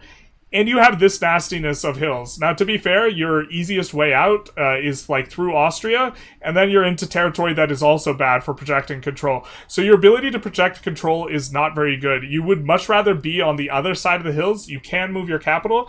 This is fine enough, but the hills combined with the woods makes you somewhat locked in. Now, your proximity cost reduction to some extent offsets this, but if you're thinking of this as being offset and your geography is okay because you have that bonus, then you can't think of that bonus as being spectacularly good for the eco side of things. So this is kind of the situation that you are sitting in terms of your proximity, as well as you are also just kind of surrounded by places that aren't necessarily the best expands, places that might interfere with you. You're next to a bunch of other countries that are reasonably big, and expansion might have some difficulties, although you're extraordinarily strong at game start. Something that is kind of maybe worth emphasizing is that your subjects, just on the other side of these hills though, you do have access to a ton of farmlands, so you have access to farmlands that are reasonably close to the capital here. So let's get into the other ratings, but before we do, I just kind of want to make a point of emphasis is, if you change the way that we're kind of evaluating the weightings, Bohemia can be just way, way wildly stronger because it's really polarized on a lot of things, right? It has tremendously good resources and is tremendously explosive, and if you think these are overwhelmingly valuable and some of these other things are much less valuable, Bohemia will score a lot higher on your metrics. But going into things, we have expands, a score of 3. We mentioned that expansion's maybe not so good for you just in a general sense. You have all the subjects you can annex, that's where most of the value is, and you can go into Austria, but you're kind of far away from Austria's premium resources, and you have a difficult time projecting control there. And similar idea with Hungary, although Hungary does border you. You can also kind of expand into the HRE. It's reasonably soft, but you get a lot of antagonism, so you can't do it a lot. But it is easy, and so you're going to probably play a lot of small ball chip expansion. One of the problems, though, is you don't have access to the ocean very easily for the purposes of expanding overseas. So maybe there's some sort of game where you play an extended type of military access thing. Once you're military hegemon, you can violate sovereignty, but okay, your expansion is going to be relatively limited, but you do have those subjects. Explosiveness is a 4.5. That honestly should probably be a little bit higher, but we kind of, to caveat this, playing against a country like Hungary or Japan or Vijayanagar or Korea or these types of things, these are actually going to be a lot more explosive, and even France feels kind of a similar level of explosiveness in terms of being able to acquire money. It's just your size relative to the amount of money you can acquire is incredibly large. And so this really kind of, maybe it should be at least at, we're going to up this to 5, because I think it's at least on par with Naples. Naples, well, it doesn't have the same expands Naples has. We're going to make this a 4.75. A little bit extra for Bohemia, because you have some aspects. Your gold income very, very quickly is really, really explosive, but your expands aren't explosive or don't feel like they add tremendous amounts of value. I guess annexing the subjects is kind of okay. For late game, we gave it a 2.5. Your stuff doesn't really scale that well. Forming Germany is pretty good. If you do that, you'll get an additional, you only get 3 more techs, but one of them is a 5% proximity cost reduction, which is fantastic. For institutions, you're very, very close, or you have a really easy time pulling institutions to Bohemia from Genoa, or sorry, from Venice, and so this is pretty solid, even though I think, oh, you don't have a market in the way. You are just adjacent. It's just often you will form Vienna market if you're a player as Austria, but that doesn't happen, so you're adjacent to Vienna, so you have an easy time of things, and it's an overland route. You won't pay very much cost to with it, with a strong land kind of bias in terms of your values, and so this will be good. For formables, we gave it a 6 because you have, which is one of the higher formable scores. If you really value your ability to speedrun HRE, you could increase the weighting on this quite a bit, which would make them do a lot better in the rankings, because this is one of the better formable scores. Also, Germany is going to give you a pretty good value with the proximity cost reduction. I think there's a trade one that's decently good. I think the 3 techs you get are all pretty good. So you're really more excited. The number of techs you get is much less important than the quality of techs, because you can't research every tech, generally speaking. And if you can't research every tech, it's more important to have quality rather than volume. But okay. For your international organizations and situations, you're going to become HRE Emperor reasonably easy, and this is valuable. To be fair, it kind of limits your expands because of the antagonism, which is a little bit of a new feature, but you also get to participate in the Italian wars, the Ghibellines and Gulefs, and all of this type of stuff if you kind of execute it correctly, which is really nice. For religion, we gave it a 2. Maybe we're supposed to give it more because you can flip Hussite. We didn't really look into this that much in our testing, but this is maybe something to consider. And for dev and pop density, again, this was a 3. We kind of increased it when going through these numbers again, just by 0.25, because I think that they have decent density, even though they don't have that much development. Manpower, again, it's going to be a kind of a low score. You're noticing a consistent theme here. Everyone has really low manpower score. It's because there's not a lot of pop in Europe relative to the rest of the world, and these ratings are relativized everywhere. We have resilience of 3. I think that you're going to suffer a little bit from the fact that you can't expand necessarily as easily into Hungary, and you're going to maybe suffer from the fact that you are like in the box, as I kind of term it, where there are 4 kind of Austria, Hungary, Poland, and you are likely to be human opponents. I think that the box is likely to hug against you, and people are going to be scared of you to some extent, but you're not like a long-term threat that people want to attack. You're just a long-term threat that people want defense against. So crowding, we gave a score of 2. I do think that this is a bit of an issue for Bohemia. We gave a military bonus. Again, they don't have any good military bonuses, so I gave them a 1.5. Or if they have good military bonuses, we're unaware of it after combing through all the reforms and privileges or policies and this type of stuff. And then for benign, I gave it a 5. I think you're unlikely to get messed with.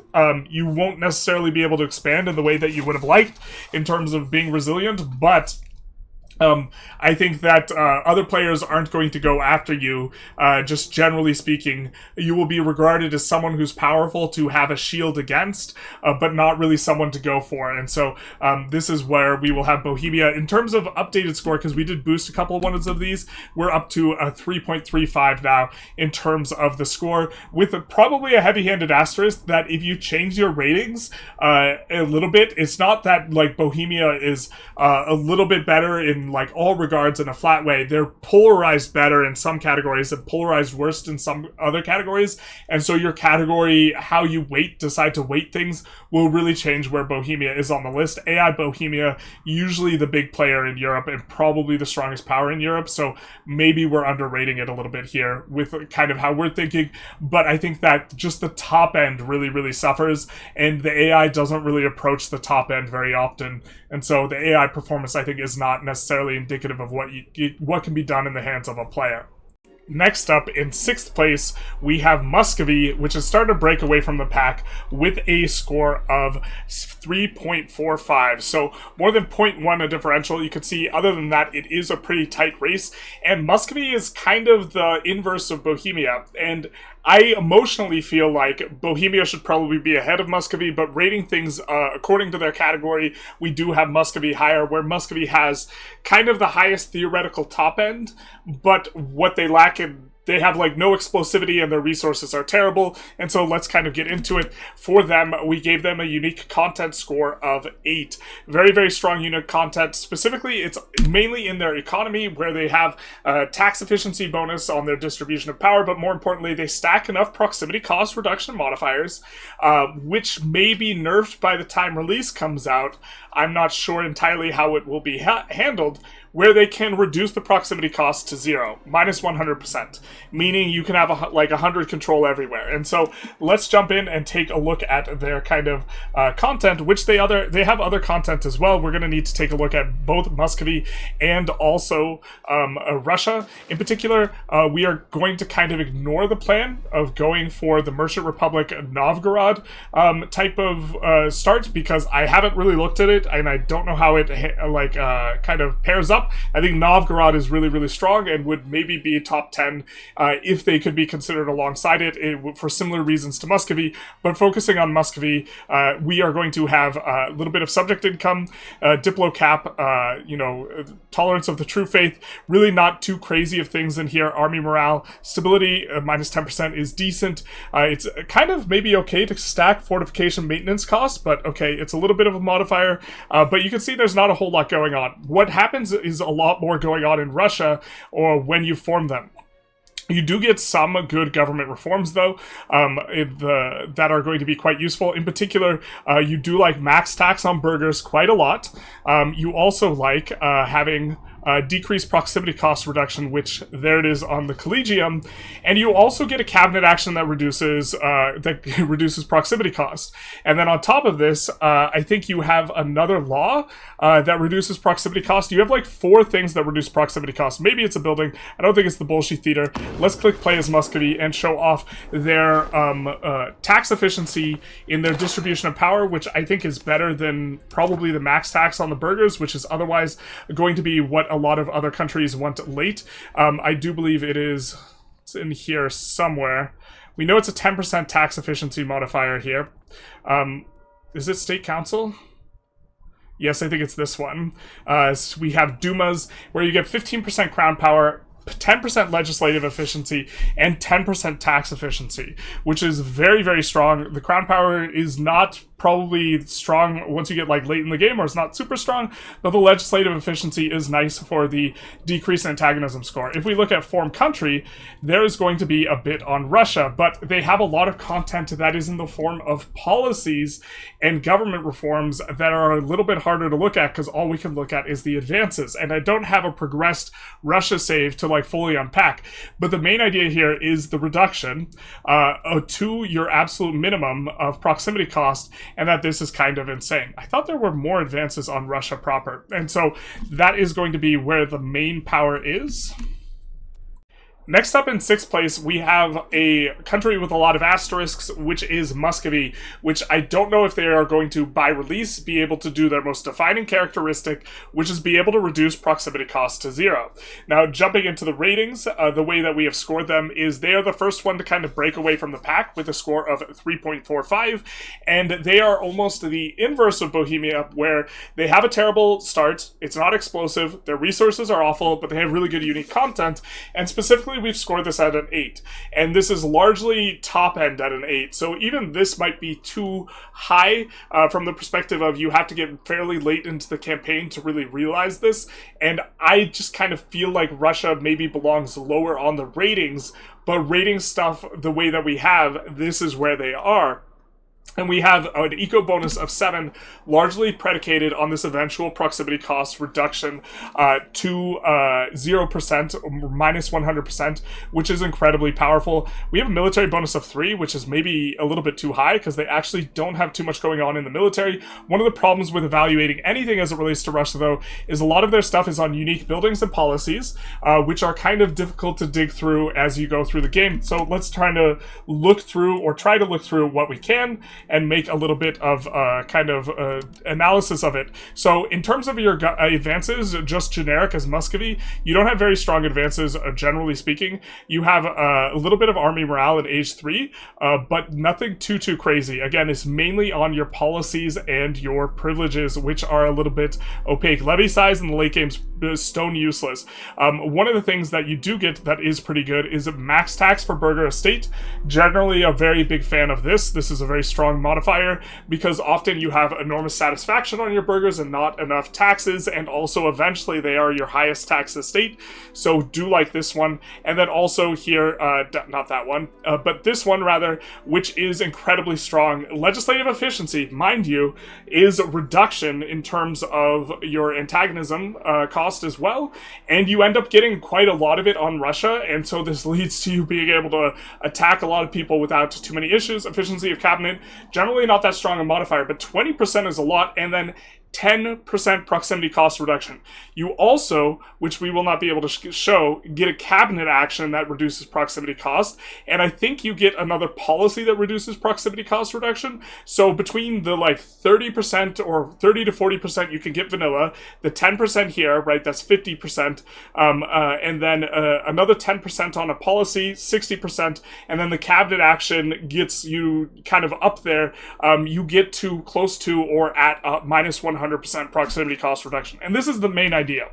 And proximity cost reduction, of course, allowing you to get basically 100 control everywhere. And so this is difficult to kind of put into context from a perspective of timing, because almost all of this is going to be later on when this starts to look really good. In terms of forming a new country, we don't get a ton of stuff on the Russia tag in terms of advances, but I do believe that they are getting privileges and policies and stuff of this nature. Navy attrition, crown power, a little bit of tactics. Tactics is decent, and then also a little bit of cultural tradition, max literacy. The law in question here for distribution of power, I think, is marginal somewhat. To what degree it's better than generic ones, because it is going to be pretty good, just the generic, but this is what we're talking about with the state council. 10% tax efficiency is what we're writing home about, but another legislative efficiency bonus, so you're getting quite a bit of legislative efficiency. It's really difficult to evaluate this all, though, because I don't have a save file and I don't know how substantive the nerfs were, but I believe you can still reduce to minus 100%, but then if we get minus 100% proximity cost in the late 1600s, early 1700s, how strong do we consider that in game, given kind of the other failings of Russia as it relates to what it has going on? So let's kind of get into that. Alright, so let's get into things. We have a population score of 1.25, a resource score of 1, which is the lowest of anyone on this list, and the lowest out of anyone in Europe. Probably the only place with worse resources is North America, maybe. And a geography score of 2.5. Let's jump into game and kind of take a look at these things. So we have effectively population 1 worth of pops, and no really good expands. The caveat to this is that if you colonize and you kind of have this open colonization space, eventually you get an enormous amount of population growth from a modifier where you are significantly underpopulated. We might be able to find a location with this modifier, but it gives you an enormous amount of population growth. So here probably has a really strong amount of population growth. Yeah, they are over 1% because they are really low, and the abundant free land gives an enormous modifier. So you can grow a decent amount of population just by spreading over so many locations, and so this is the reason why you you are not just at one actual one with 300k. Also, your expands are really, really soft. You have a bunch of, like, semi-subject expands. You can diplo-subjugate these people, and while it is not an enormous chunk, when you view it from the perspective of, hey, all of these are going to be yours, relatively easy, you actually do kind of have a decent chunk of population, and so that's kind of what we got going on. Geography is almost entirely on not your location, because your location is terrible, but on the fact that your topography is almost entirely flat, and you have these wide swaths of kind of sparse land or grasslands, and a little bit of woods. The woods is kind of annoying in terms of the position. You're going to have a lot of proximity cost issues early on with this, but only early on. And so this is kind of okay, but you don't have a lot of locations which are stacking both a wetland and a forest, just a few, and so you don't have these really, really significant barriers, but you don't have very good access to the ocean, at least early on. Novgorod would be a little bit better in that regard. I think we might have mentioned that there's some interesting ideas here, because you start out as a republic, maybe forming Russia as Novgorod is better. I don't know if this bricks some stuff. Novgorod actually seems better on paper, but we haven't investigated this very closely, and so that's maybe something to keep in mind. Now, taking a look at the resources, as it stands, where's the good stuff? Okay, your best resource is effectively the wool. To be fair, you have some amount of wool, but that's kind of where the story ends. You get a lot of wood, that smooths things out. You'll be very, very good at producing lacquerware. And also furniture. That's probably what you do, is you produce furniture and you try and export it, and you produce lacquerware and you export it, the really high wood demand things. And also furs but furs don't really have a high base price. They're just high demand in some locations in Europe, so the price locally for you will collapse, and you have virtually no premiums, not even very much iron. You have to come, like, kind of to the outskirts to find some iron here, and taking a look, kind of really sparse on the iron as well, so you will struggle with that, and then you have no premiums until you get to the Urals, which, to be fair, the Urals are, like, have a ton of resources here, but you're not going to be able to get proximity to the Urals very easily until you start stacking those bonuses, at which point it will be trivial, but everything becomes trivial at that point. Stretching through this land is also, you're running into kind of the vegetation up here, and we haven't even discussed the fact that you do have the Arctic as a part of your terrain, which has a huge malices to population capacity and monthly dev growth, right? Especially when it's layered with any type of vegetation as well, that is going to be causing you issues like the minus 25% dev growth here. You're going to have very significant dev issues. Dev is really low in kind of your natural expands, and okay, you have basically a lot of softness all around you once the Golden Horde is managed, and so you have this really kind of isolated place, but in all of that entire place you have very little pops, and you also, generally speaking, don't have very good resources. The good resources start to kind of arrive at Poland. You have a little bit of amber as well in this region. You have kind of iron at Poland, and like as you kind of snake into here, you have some stuff going on, but really just a very resource barren, not only where you are, but also like in your kind of natural expanse. Really, really rough. Also, what is up with just mono livestock horses over here? There's never, the horse price will be nothing, and the livestock price will be nothing, and like you won't be able to get anything done. So just really, really awful resources for Muscovy. Just, yeah. Alright, let's get into the other ratings. We have expansions, 4.5. You have basically the world is your oyster, not really expecting anyone near you to be too strong. As long as you navigate the opener, you can diplo-vassalize, annex a huge chunk of territory. The Golden Horde often just has difficulty with revs and can be easy to dispatch, and then nobody really stands in your way, and you have 360-degree expansion, right? And this is kind of including the fact that you can diplo kind of expand as well. For explosiveness, we have a score of 1. Now, to be fair, this is maybe a little bit rough considering we're giving that same type of score to Byzantium, but I really do think it is like a miserable first like 30-ish years. To be fair, you can kind of get the ball rolling, and so maybe this should be a little bit higher, but for the most part, you have terrible resources, very low economic prospects. You start with one urban area. There's not a whole lot you can do in terms of, you need urban areas to really produce a lot of value because your resources are trash, population. You don't have started with a lot of urban areas, and so getting the ball rolling takes some time. And then not only that, you're actually incredibly far from everyone you can possibly trade with, so trading to help boost the prices is difficult, and you don't have a lot of pops to have boost the price and create demand for the goods to begin with, so just everything is slow. You really see it all come together and how slow it is. However, late game 8, if you have 0%, if you have minus 100% proximity cost reduction, it's an absurdity, so it's a very difficult thing to rate, because late game is like an absurd situation, but that's like just completely out of line. But how heavy should we weight it, or past what year should the thing be considered? Do we score this a little bit lower because you need to get this particular thing? I'm not really sure. And so we have a score of 8. Institutions, we have a score of 4. One of the hardest places to get institutions in Europe. Just stone very hard. You can do a bunch of things. You have a bunch of tools. You can get the institutions.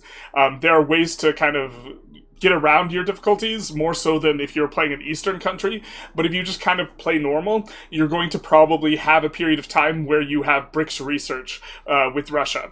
For formables, we have 3. You're not getting a lot off of like the Russia, or I think of Muscovy and Russia as just being one tag, and so to the extent that you get policies and laws and privileges and this type of thing off of them, it feels like it's like one tag. You're kind of open to getting a Russia, unless someone is playing Novgorod and it's a multiplayer situation, but I think that throwing someone on Novgorod is like just really crowding the situation that you have in Russia, because there's such little stuff going on there, and it's just a kind of an island.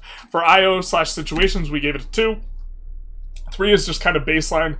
You do have a really nasty kind of situations. You also have the little you have one situation, I forget what it's called, that gives you massive penalties, or one disaster rather, and then you have the little Ice Age too, so maybe this should actually be even lower, but it's not backbreaking, and it's not early, so it's not like Delhi or something like this having a really big struggle. For religion, we gave 2.5. I think Orthodox is a little bit better than Catholic, but still not very good. For dev and pop density, we gave it a 2.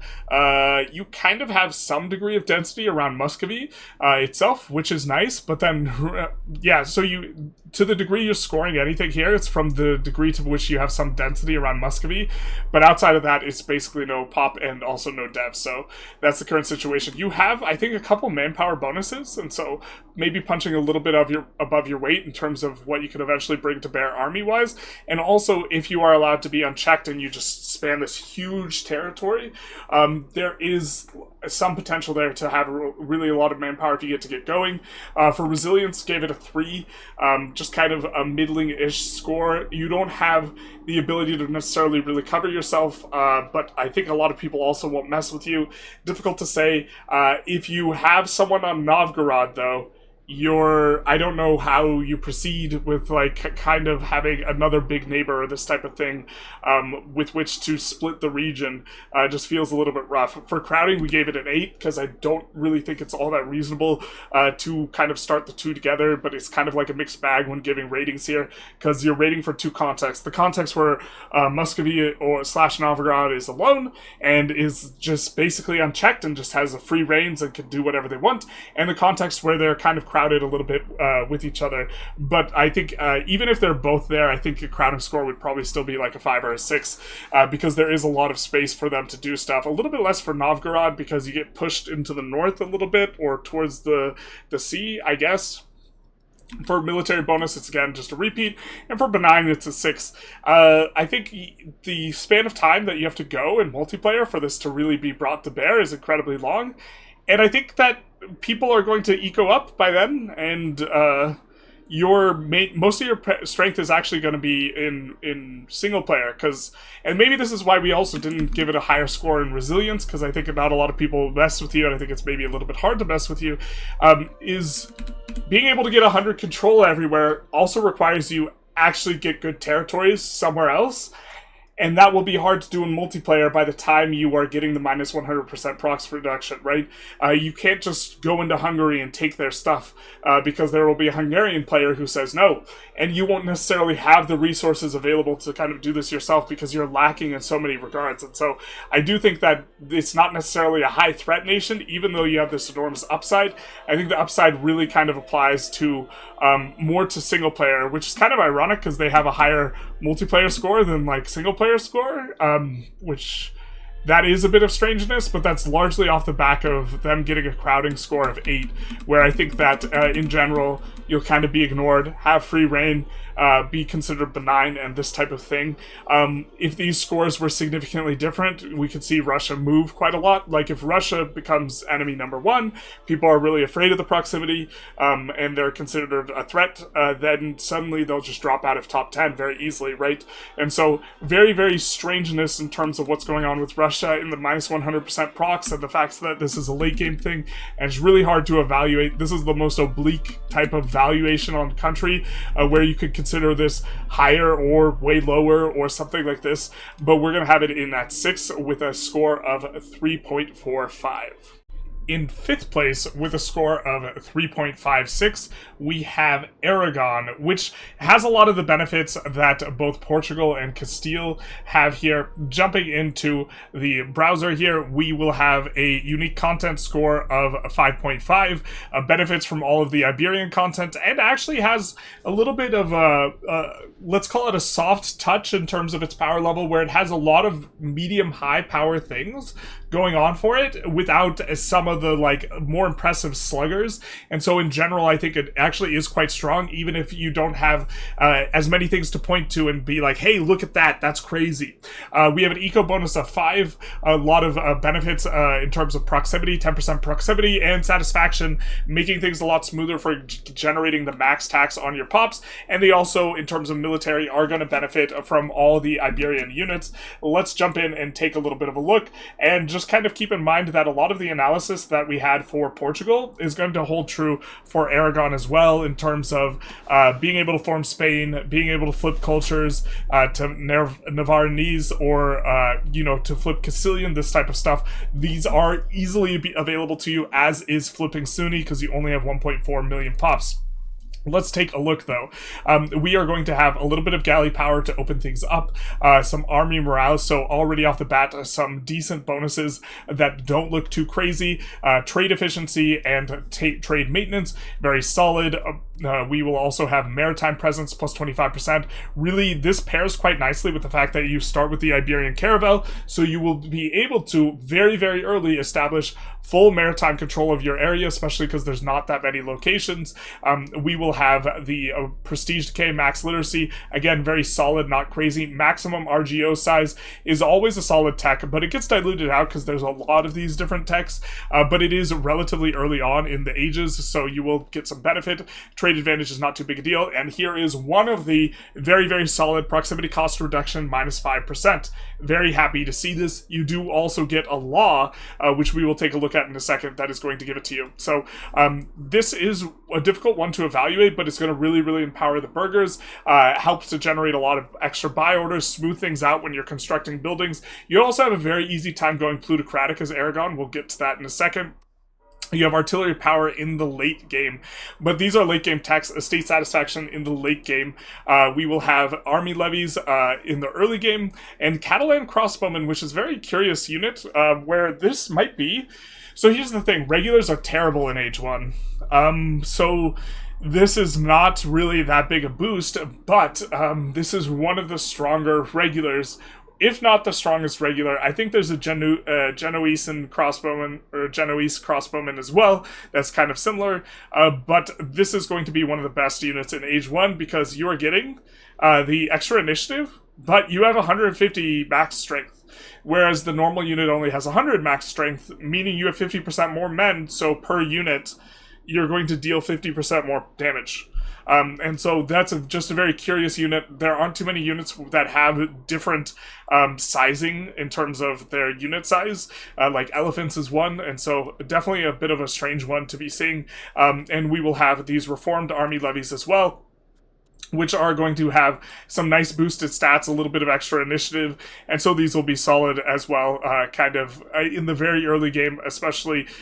You will get a little bit of improved morale damage done, and a solid enough initiative that makes engaging pretty easy. But okay, a big part of your power level is in your privileges and reforms here, that you get kind of for free, which is a state satisfaction equilibrium 2.5%. This is an example of a kind of a light touch type of tech, where you're also getting monthly legitimacy. Often in the late game, your kind of most expensive thing that you have to pay in terms of your sliders is cost to court.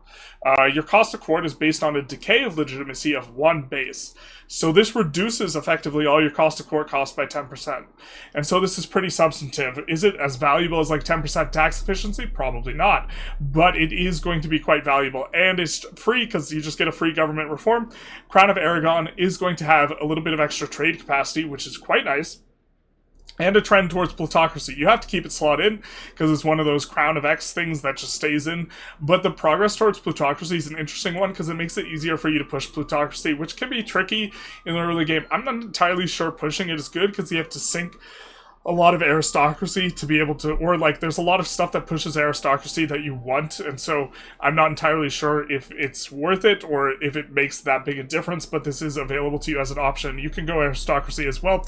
And here we have a privilege, which is going to not give any satisfaction, sure, but this is just kind of a free hit towards legitimacy, especially because the progress towards aristocracy is just a half-step progress. Most things are 0.1, so very often you will just kind of have a half step available, or well, actually the half step will, if you're exactly even, it will trend you in the other direction, but otherwise it won't necessarily push you, so half steps can be a bit more flexible, but monthly legitimacy, another 0.05, so happy to have it. And we have a pairing of two kind of things in here that is a little bit interesting, where this is a huge satisfaction hit on the nobility, but it gives a state satisfaction plus 5% to everyone, parliament base support 20%, that's a lot, and then minus 25% crown power, but that's only in Aragon, so you can see the highlighted area. That's not a very large kind of section. That's kind of fine. That's not a big deal. So the big thing is the huge negative estate satisfaction to the nobility, and then getting estate satisfaction on everyone else. I think estate satisfaction is generally hard to get on peasants, and so you would trade nobility satisfaction in principle for clergy and peasants, but this is kind of a little bit hard to deal with from a like balancing perspective. Like the more negatives you have towards something, the more valuable it becomes. But fortunately, if you don't want to worry about that, you could just slot this in, and that completely undoes that, and it's like a reverse of the thing. Unless these are mutually exclusive, which I don't know if they are. They might be mutually exclusive, in which case that's how the cookie crumbles. I do want to mention, from a single-player perspective, you have to be careful as Aragon, and you are very vulnerable despite you being kind of in the top 5 strength, because you are right between France and you are right between Castile, and in particular, Castile starts out with a claim on one of your provinces, so you maybe just want to give that back to them, yeah? But okay, coming in, we also have laws. In particular, in the administrative laws, you have access to the Marinidad division. I think it's an administrative laws. It might be in, yeah, there it is. You have access to this, which is incredibly strong. 10% proximity cost reduction and monthly development, so this is going to be very nice for you as well. And also, just to kind of very quickly go over the Iberian units and this type of stuff, is you are going to be getting 3 levels of caravels. You're going to have access to the lieutenancy and the viceroyalty, giving you overseas bailiffs, and this is incredibly strong and incredibly difficult to evaluate. And you're going to have galleons or heavy ships that are unique in the 3rd and 4th age that will be quite a bit stronger than kind of their baseline counterparts, and also be able to form Spain, basically kind of flipping on over onto Castile's stuff reasonably easy, and access the North Africa stuff pretty easily. So you're going to have access to all of this. Monthly research progress, I think colonial migration, this stuff. I do believe you can get all of Castile's stuff too, but I'm not 100% sure. That's quite a bit of development, but that's late in the game. So development late in the game is kind of useless, as it is. Kicking things off with the other ratings, we have a population score of 1.5, a resources score of 4, and a geography score of 5.25. Let's jump in game and take a little bit of a look around as regards to that. So, regarding the population, you just don't start off with a ton of it. You do start off with some pretty good amount on the coast. It's kind of where you would want it to be, but it's not an enormous amount. But for Europe, it's kind of okay. 1.5 million, solid. The smaller number lets you flip Sunni easier, which again is something we keep discussing, and you also already start off with 150k Sunni pops, so a little bit of some niceness there. Regarding your geography, I think that you have one of the best locations in all of kind of the Mediterranean for a capital, and I think that location is in Tortosa. Taking a look at Tortosa, it's got a harbor suitability of 55, so with a little bit of dev and 3 buildings, you'll get up to 85, then 90, and so you'll pretty comfortably get up to the 100% reduction where it's free to kind of move out. And then this is also alongside a river, which is going to give you some nice, I think that moving your market capital to the river makes a lot of sense.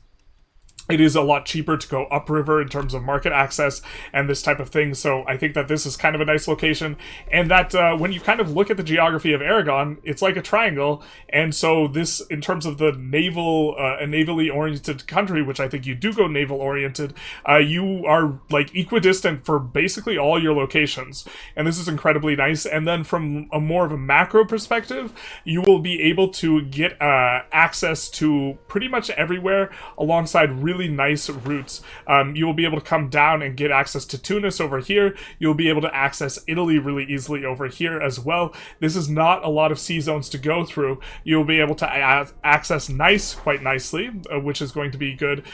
Here we have, they used to have a harbor capacity of 100, now it doesn't. Okay, well, fair enough. But you will be able to get into places like Genoa really easy because it has high harbor access, and also places like Naples really easy. So this makes your expand really good. You start off with Sardinia as well, which you will eventually be able to get pretty decent control to, which actually has a pretty solid amount of resources, including silver. You're well situated for expansion as well, even touching places like Sicily, and so it's really kind of just like on the other side of this really nice spot from Naples, kind of thinking back to Naples.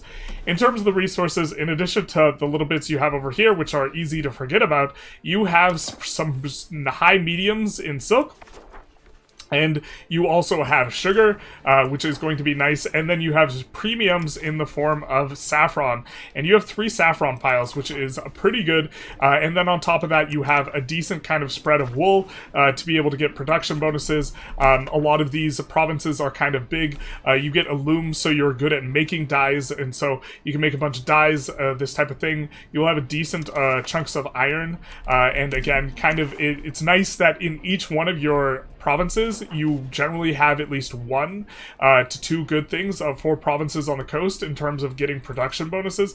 I guess not this province over kind of here, but for the most part, you are going to have access to really nice RGOs at game start, and then eventual like access kind of in terms of expansion to North Africa, which is a little bit of a premium spot as it goes. Just to be clear, a big part of that premium is because you are on a continental divide and able to make use of plantations across the way in Maghreb, where you will have access to both cotton and sugar in kind of pretty solid amounts, allowing you to really get a lot of those goods. Kicking things off in terms of the expands, you do have the North Africa idea, the idea that you're going to colonize reasonably well, and also you can release a subject in Sardinia in order to gain claims on Genoa, so you can get really easy low infamy claims on Genoa without needing to use your parliament, this type of thing, so this is quite nice.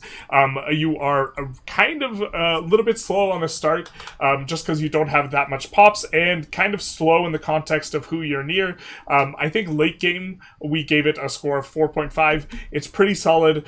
You will do reasonably well late game. I think that you're kind of crunched in if you're thinking in the context of multiplayer, so a little bit crowded, but in most games, you are just going to form Spain at an eventual time, and then have kind of all the advantages that Spain has with a little bit of a different tech tree profile. I'm still not 100% sure, but I do believe you can kind of get the Castilian techs or form Castile before you form Spain, but I'm not 100% sure on that as I've not tried it out. But even still, Aragon is very solid in terms of what it has tech-wise. For institutions, we have a 6. You're right next to Genoa, so you're going to be able to access it quite easily. You will be a little bit further away from accessing meritocracy early on, but you're going to be closer to New World. Just very solid. Have access to institutions that's pretty easily available. Formables, we put it at 5. You're going to gain access to new stuff when you form Spain, assuming you do form it. For international organizations / situations, you can benefit from some of the Italian ones, like the Italian wars, allowing you to get a bunch of extra claims, this type of stuff, especially if you fight Genoa early. I think that this is going to be a common play pattern for you, is to actually just take the capital of Genoa pretty early, because you can get claims on them with while you are kind of setting up your nation, this type of thing, and that this is going to feel pretty good. And probably the early situation, what is going to be the most difficult playing in single player, is going to be making sure that Castile and France don't interfere with you, because that's rough. When we were testing Aragon, we had some difficulties with France, especially in a metagame, which is the current metagame, which I don't expect to be the release metagame, where levies just absolutely trounce regulars. Like, regulars are so bad compared to levies, and so your ability to merc up to have way more units than France and then try and fight back is just it just doesn't work, which is our experience with versus France. I think we had like 20 to 50% more actual units, but they were majority mercs, and so they just lost to the levies. We're not able to fight them. For religion, we gave it a 2.25, largely because flipping Sunni is a lot easier, kind of with your setup. For dev pop density, we gave it 2.25. You're kind of nice that you're on the coast, but you kind of don't have a lot of pops. For manpower, we gave it a 1.25. You don't have really good bonuses here, but I do believe you get a sailor's bonus, so a little bit of a bump for that, but you don't have a lot of pops. For resilience, I gave it a 3. Very easy to interfere kind of with your game plan. You are going to be, if you have someone right next to you or someone on Castile specifically, you're going to have a bad time and not able to play kind of your normal game. But if you have someone on Castile and nobody on Portugal, and you kind of have some sort of agreement where Castile gets Morocco and Portugal and you get everything in the other direction, maybe you can kind of work something out in terms of having some sort of peace. But again, you're starting to trend into needing Diplo in order to handle your multiplayer situation, and you're just squeezed between France and Castile, so crowding, giving it a score of 3. We have the kind of carryover on the military bonuses, getting all those units from Castile or Iberia units and this type of stuff, in addition to a little bit extra for the crossbowmen. And then for the benign score, I gave it a 5.5. I just don't think you're really going to be scared of this too often. It's just maybe, this should maybe even be higher, actually, in terms of the score, just because I don't think they are particularly frightening, and I think you will largely be left alone. Well, I think you don't get left alone, but not because you're scary, but because you're an easy target. And so I do think that this is a little bit of a thing. And again, if you're playing single player, just return that one location that has a Castilian core. So next up in 4th place, with a multiplayer adjusted score of 3.82, so almost 0.3 differential there, we have Hungary, which is going to be kind of in the mix of a bunch of different countries. They are going to just be very, very solid, and let's take a little bit of a closer look at some of this content. So for unique content, we gave them a 4. They're not exactly swimming in unique content. We gave them a little bit more than Bohemia. They don't really have very much in the way of eco bonuses, but of all the nations we've actually taken a close look at so far, they have, in my opinion, the best military bonuses, especially kind of at the outset / opener of the game. So let's take a closer look at their content here. Coming in, they start with 20% cavalry power. This is one of the biggest cavalry power modifiers in the game. I think there's one or two other countries that get 20% cav power, so if you go aristocracy, those levies are cavalry, right? Or if you build cavalry early, they are going to really, really perform. Cavalry starts dropping off in age 4, but this is something that is quite powerful and impressive. Not quite as impressive as, like, France's bonuses, I think, early on, but this is going to be something that is a big deal. We also have levy recruitment speed. I'm not sure that this is a strong modifier right now because levy recruitment is kind of not feeling like a thing. But if levies are not able to be re-raised quickly and Hungary gets an advantage in re-raising them quickly, this will actually make them an absolute menace in the region in terms of being able to fight. We have Realm of Many Cultures, and this is going to be extra culture capacity +2. This is one of their more powerful kind of generic content values, and this and their general tolerance is one of the reasons why we have kind of a decent score in terms of generic content, even though you don't have a lot going on economically. Peasant estate satisfaction equilibrium, nice because we can tax them more.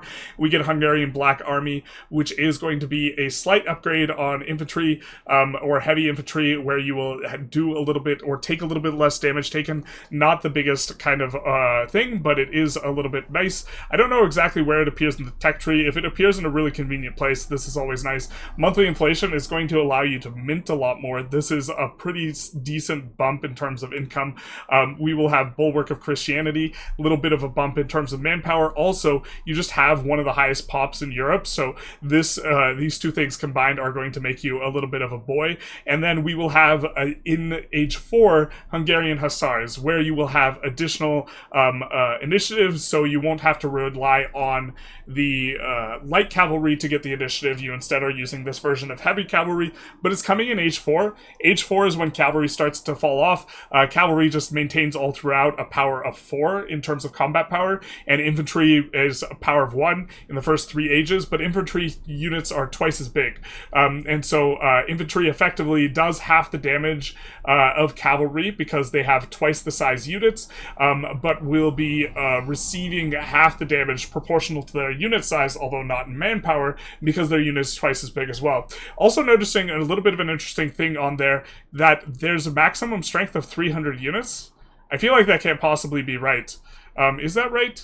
So in age 1, it will be 50 for a cavalry, age 2, 100 for a cavalry, age 3, 200 for a cavalry, age 4 should be 400 for a cavalry unit, so you have 1/3 less units, which will make it more manpower efficient, but it's actually less unit efficient. I didn't notice this the first time reading through. That's actually a bad thing.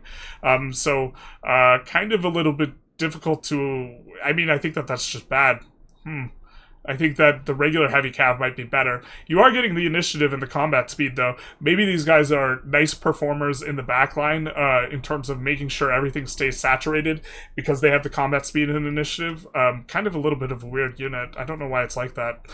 Then we have a series of advances as it relates to kind of the church ones, have the nice little churchy icons. We get tolerance of true faith, so satisfaction's not going to be an issue. If you want to overtax your pops, which make the estates build bad buildings because their satisfaction is low, but you can do that without worrying about revolt. Hungary is going to have a niceness in that regard, and we might be under kind of considering that. And you'll also have tolerance of heretics and heathens. You also have curtail the peasantry, max tax for peasant estate.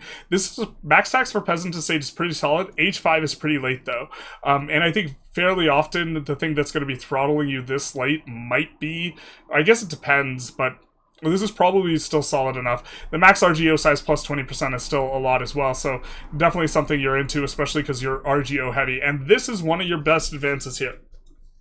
This is plus 10% frontage. Frontage is generally a hard modifier to come by. Not a lot of people get frontage. You have a lot more modifiers for initiative. You have a lot more modifiers for your, discipline. Incidentally, you get a 2.5% discipline bonus on your unique policy as well, which is going to be quite strong.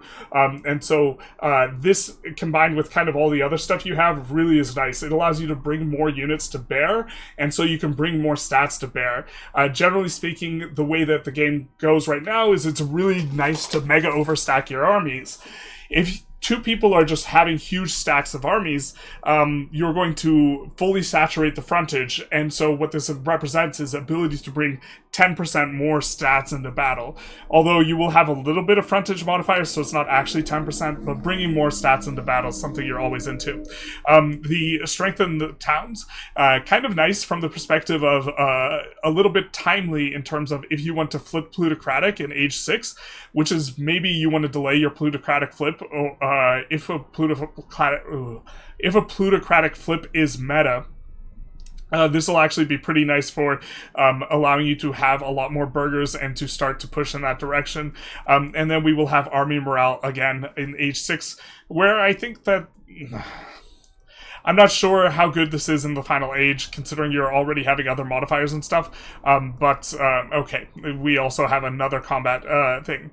We have powerful magnates, which is just a pretty solid government reform. Estate satisfaction equilibrium lets you tax some more food production, but okay, a noble's power is a little bit of a factor, and then this I think is strictly bad, and you don't want to slot it in, and it starts de-slotted for you. And so that's kind of what you have going on here in terms of Hungary for the bonuses and content. Alright, so for the material kind of considerations as it relates to Hungary, beyond just the abstracted bonuses of the nation, we have for population 2.5. I think it's worth noting that this is the highest population we've had on the list so far. Population is very important, and when a lot of countries have, kind of matching levels of power in terms of their content, and or start condition, and or resources, this type of stuff, the thing that really breaks parity quite strongly, especially with our weighting where we have 7 weighting towards pop, is going to be pop. For resources, we have a score of 6. You have really good premiums. We'll take a look at it, but kind of not so good otherwise. And then for geography, we'll give it a 3.5. Let's jump in and take a closer look. So you have the 3rd highest pop in Europe. That is pretty much the idea, and also you have reasonable expands for population. I think you have a manpower bonus, I'm not sure anymore, but this is going to mean that you can field pretty good armies, and you can have a decent amount of economic demand for stuff. The pops, though, are quite spread out, so you don't have the same density. Even though you have way more pops than Bohemia, you don't quite have the same density. If Bohemia annexes everything, they'll get kind of close-ish to the same amount of pops, but still not have as much. You can use German migration, though, to get a bit more pops, and so that is going to be something that you have access to, as does kind of Poland and the Netherlands as well, although we did not touch on that. As it relates to your geography, you kind of have a similar situation to Bohemia, where you have a clearing in the middle, and then you have rough terrain on the outside, and it kind of leaves you in a rough spot. But in particular, as Hungary, you have the additional pain of being more spread out, which gives you more room to breathe to some extent, right? Where you will have more areas that you can build up and have decent proximity, especially because the rivers are going to give you the equivalent of a modern road, just heading southward into your nation, and so you actually will get really good control down these kind of places that curve to the side in each of these, and so this double river that branches out in both directions is actually pretty solid for control, and you have like this open clearing, but you will have a kind of an outer ring that is worse than Bohemia as well, where you will have several locations of mountain and hills to get through in a lot of different directions, and your path to the coast is also a little bit rough in this type of thing. So you are going to have difficulties in this regard, and also you're going to have to figure out the solution to markets. I think there is probably some good solution for Hungary, but you have some dead zones over here, which are something to concern yourself with, and so you're probably going to want to make a market just kind of coming back into here, somewhere in here, or somewhere along here, something like this. It presents additional challenges here, but you're going to have this wide open clearing. Wetlands are kind of okay, because it means you'll have a ton of iron. It's got negatives on some sides, but like the minus 30% growth, but you will also have the river bonuses and this type of thing, and be able to do pond lock canals because you have like so much river coverage in what you do have. So a bit of a mixed bag here. The resources are really kind of the thing to write home about, and you have less premiums than Bohemia, but a similar number. Bohemia does have the premiums more silver, and I think you have the same amount of gold, but it's a lot more spread out, so it's a lot harder for you to realize having a really large tax base, because these places will have too low control and too low market access, and you can see Bohemia getting a large tax base income.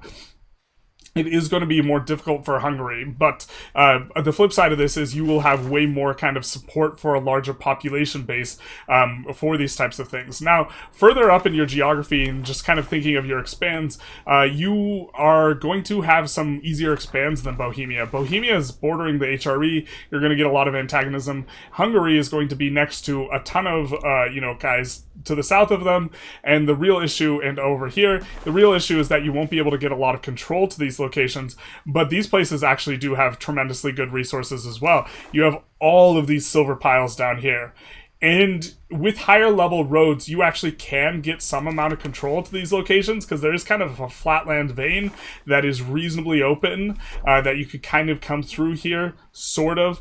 You could build bailiffs and get just kind of a low, flat amount of control, and so the fact that you are next to, basically, if we just zoom out, you're kind of centrally located as it relates to the premium resources in all of Europe, and so because of this, your expands tend to be quite good. You expanding into Austria is quite strong as well. You will be able to get control really easy into Austria, this type of thing. And then if we come down, we can also look at the gold. There's more gold down here and these types of things. I don't know if you maybe want to move your capital if you have a really good option, but you will have kind of okay expands into these areas that are really resource rich, but you unfortunately won't be able to fully utilize them. You'll also get Moldova as a subject, and you have Croatia as a personal union member just at the start here, and so you kind of have a lot going on. Your expand is also just incredibly strong into Bohemia and Austria, and you can actually fight Bohemia reasonably well. I think they start out with more levies because they just have more pop density, so higher control areas, so I do think that that will be a little bit of a challenge, because just to kind of show, control gives negative manpower and negative a levy size, minus, let's find a location further to the left here, but minus 80% levy size, right? So the fact that of the pop that Bohemia does have, it's a much more densely located, is going to mean that it's in higher control areas generally, because if we click here, it's mostly under higher control, which is an advantage for Bohemia that Hungary does not quite have, but Hungary is going to have a little bit more top end and scaling, and going to have a little bit better of a geographical position here. Before we get into the other ratings, real quick, something that's very, very important is getting off a ban of export on Hungary. You start with it.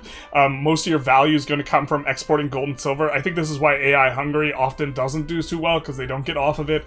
If you don't export this, the price of gold and silver will collapse, and it won't be very profitable. And if you do export it, you'll just make gobs of money through trade. So that is going to be a critical one. But jumping in here to talk about the other kind of ratings, we have an explosiveness of 5.5. This is, I'm not entirely sure why this is so much higher than Bohemia's score, because I really look at them very similarly. We were making a similar amount of money as Bohemia than we were Hungary. I think that it mainly just comes down to faster expands, this type of thing, and also more demand in your market in terms of pops. I can't remember which one was earning more, but they definitely have a very similar feel to each other, where you get going pretty quickly. You really can expand in all directions much more easily than Bohemia, and so, okay, we have this kind of going on. They're very, very similar in that regard. Late game, we have a 3.5, where you have some late game scaling with your kind of really good military tech and this type of stuff, but you don't have much eco scaling. To be fair, maybe military scaling is more important, but okay. For institutions, you have 4.5. You will get institutions kind of actually really slow, even though you're right next to Venice, or it feels like a slog to try and intentionally pull them. And then, since your pops are so spread out relative to Bohemia, to compare the two again, because they're much less condensed, it takes a long time to push the institutions to the edge to be able to accept. And so this is going to be a little bit of a vibe. For formables, we gave a 2.5 2.5. You have a potential PU over Poland at game start, and so this is going to be a feature that you can get an expansion that way, but you kind of can't push control over to that territory too easily, so it'll be hard for it to be really high value. For IO situations, we don't have anything special going on that we really wanted to note, so just kind of have the base value of 3. For religion, we have 2. To be fair, you can kind of flip off of Catholic a little bit easier here, but it's onto one of the heretical religions or onto Orthodox, this type of thing. I don't think it's all that great.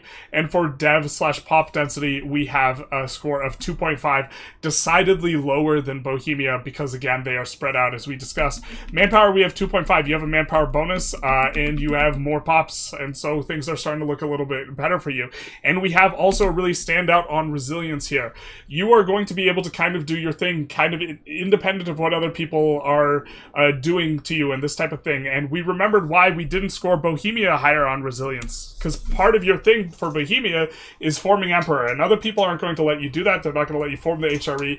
But Hungary is very difficult to interfere with. Your plan is you can just eco up inside your bubble and not need to expand because you have a lot of locations. You will gain more pops over time with more locations, generally speaking, and so you have this higher kind of top end. And then you have the terrain, you have territory that's not very useful to other people. And you have expands into soft targets where you're not going to have people playing Serbia, Bosnia, like all these types of countries, Croatia. There's a lot of countries adjacent to you that I feel like aren't going to be player countries. And so you are going to also score quite a bit better on the crowding, even though you are in the same box as Bohemia, where you're 4 squared with Poland, Austria, Bohemia, and yourself. You just have the best open end, I think, expanding on to all those premiums in the Balkans and just good targets, I think, in addition to being one of the strong members of that square, in addition to Bohemia. For military bonus, we have the repeat of 4.5. Their military bonus is kind of carrying them in some regards as far as their content goes, because that's most of what they have, but it is going to be good. And then benign, we have a score of 5.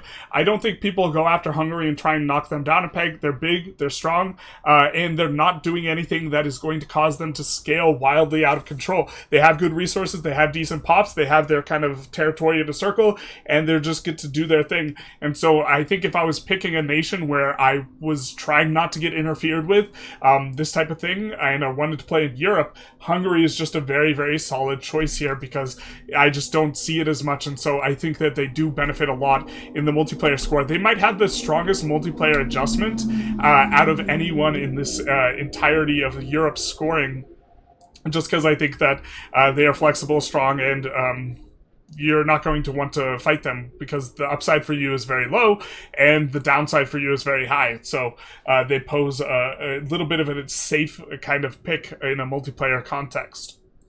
And then we have the top 3, which just stand out, even though they're all really kind of very similar in power level. I've done multiple runs as these 3, and every single time, whichever I've played most recently kind of just feels like the strongest in a lot of ways or a lot of times, and so really took several runs with each of these to kind of clarify my ideas in terms of who I thought was strongest.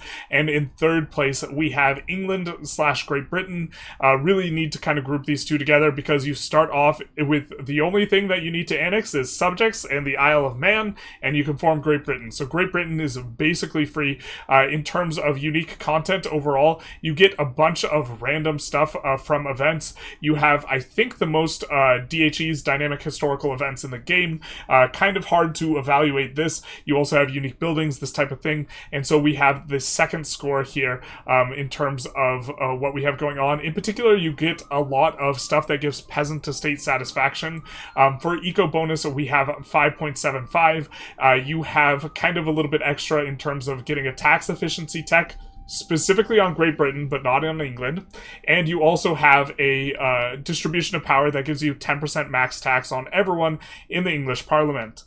We have a military bonus or a military score of 5.5, and I just want to kind of note, I think this is actually the second highest military score overall, and the highest being an 8, where I think that only one country really stands out, and they're not from Europe, so that is going to be the thing. And so let's jump in and take a little bit of a look at the content here. So we have a Great Britain game. That way we can have Great Britain. This is the game that we played somewhat recently, kind of at our stopping point in terms of a run that's probably ongoing on the channel right now. And so let's take a look at some of the bonuses here.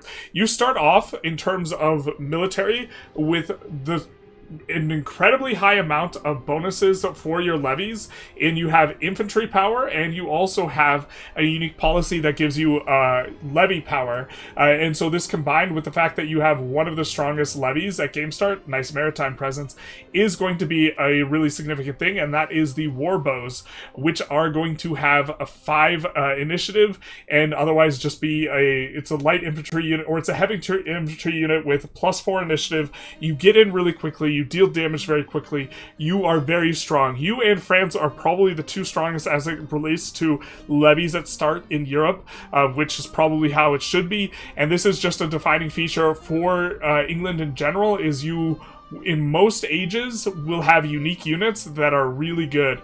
I'm not 100% sure how the next levels in army levies operate. You notice the war bows is going to have the 3% pops, and longbowmen will raise fewer pops. They have the same stat line.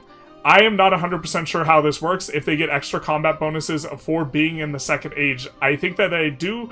This hasn't been confirmed. If they don't, technically researching longbowmen would be a downgrade. So we're going to assume that it's reasonable and that will provide a good upgrade. Also, this gives you a yeomanry, which is going to give peasants, which is going to give peasant estate satisfaction equilibrium, which is something that's valuable.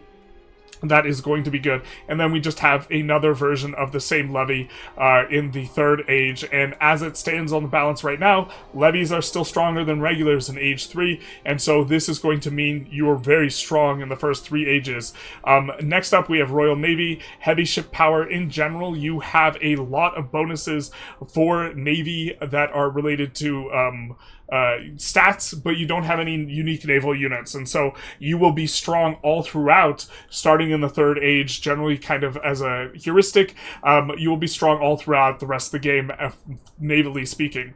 Diplo capacity, a little bit of a thing. Production efficiency, this is really early for a +5 production efficiency bonus. Most other countries will not get one so early as this. There's a lot of age 6 +10 production efficiency bonuses kicking around. -10% naval maintenance. You get to have a very large navy. A little bit of a bink with the estate satisfaction equilibrium. Trade efficiency is kind of medium. The urban building cost is just a quarter. Here we have navy initiative is kind of the thing to note here, but the army disembark speed is maybe a little bit interesting and can maybe let you outmaneuver people in some context. I don't think it's going to play that big a deal. And then we have this really big tech and coke smelting. Now, tools output percentage, from what I recall of the tech tree, is actually somewhat hard to come by, and tools is one of the most high demand things in the entire game. So this represents a very, very strong tech bonus, even though it's on a singular industry. Tools and the cloth industries, I think, are the 2 biggest industries in the game in terms of overall demand, and so this is going to be enormous, that you have a 25% output bonus. That's 25% production efficiency. When you call it production efficiency instead of output bonus, it makes it seem so much bigger, and this is like very much a big deal. And it is maybe in fact a reason why we're perhaps underrating what they've got going on. We have, starting at age 6, or starting at age 6, redcoats. I thought redcoats was age 5. Redcoats are solid enough. They have a little bit of extra combat stats. The one that is really crazy is the experimental rifleman, where you get +10 initiative.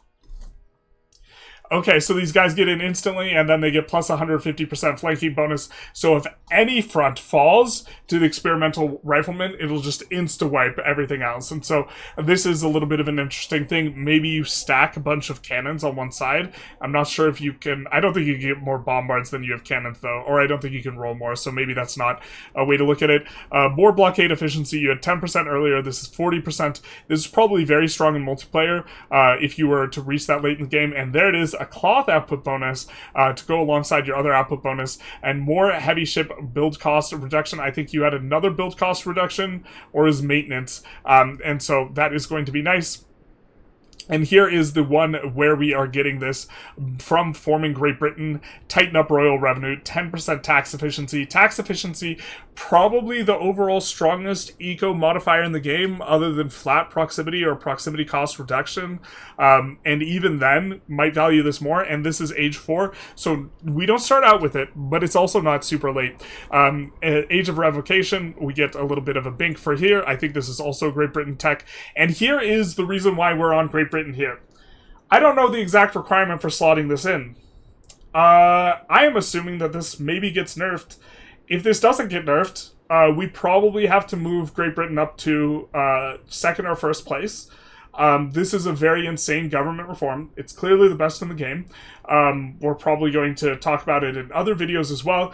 5% max tax for everyone, 10% tax efficiency, flat rural control. Remember what we were saying, flat control, probably the best modifier in the game. Extra levy size, and then some progress towards who cares.